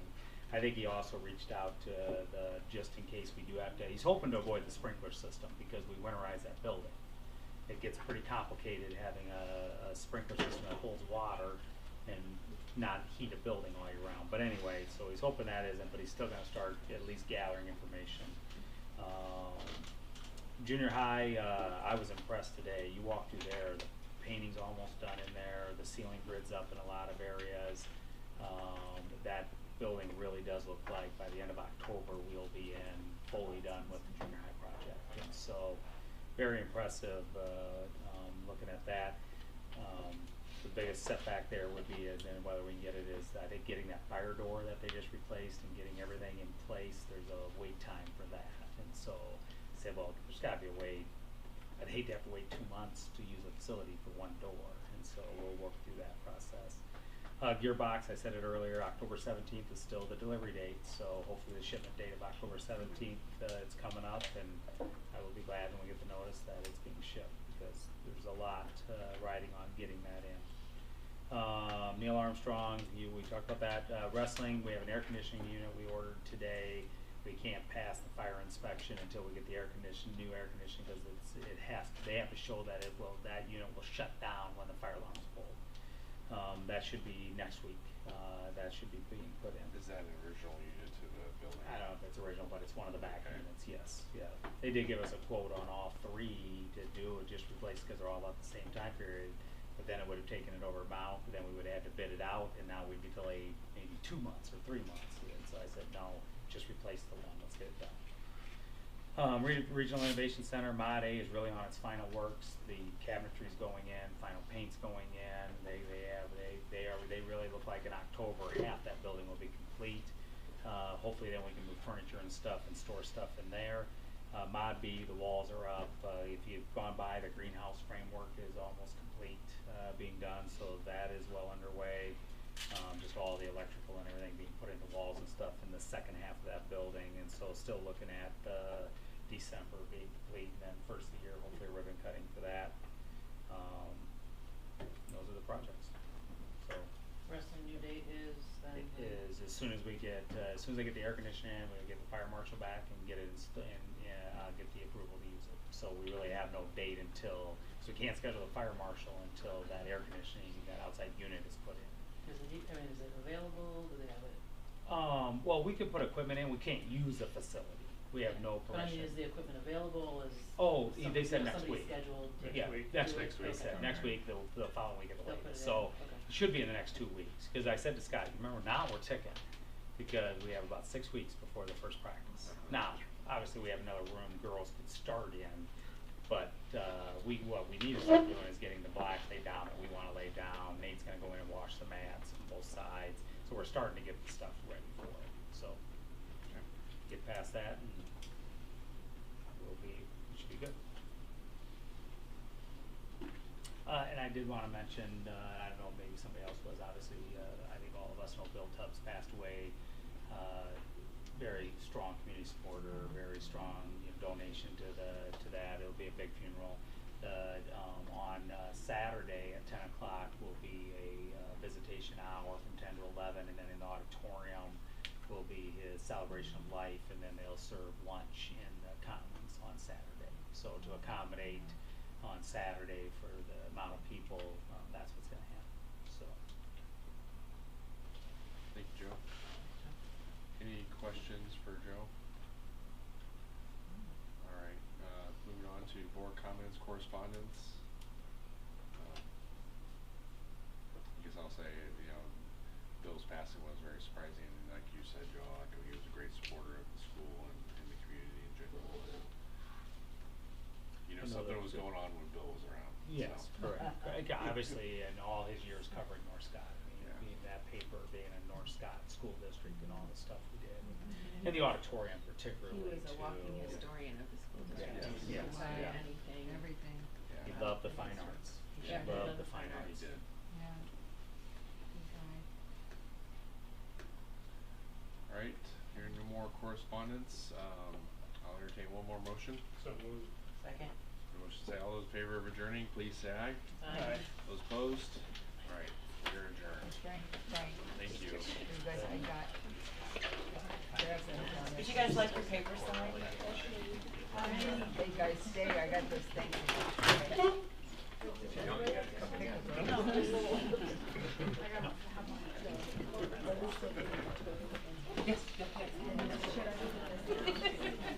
Makes our PTO meetings just seem Oh. like I had to get her for a while, so they really, short side.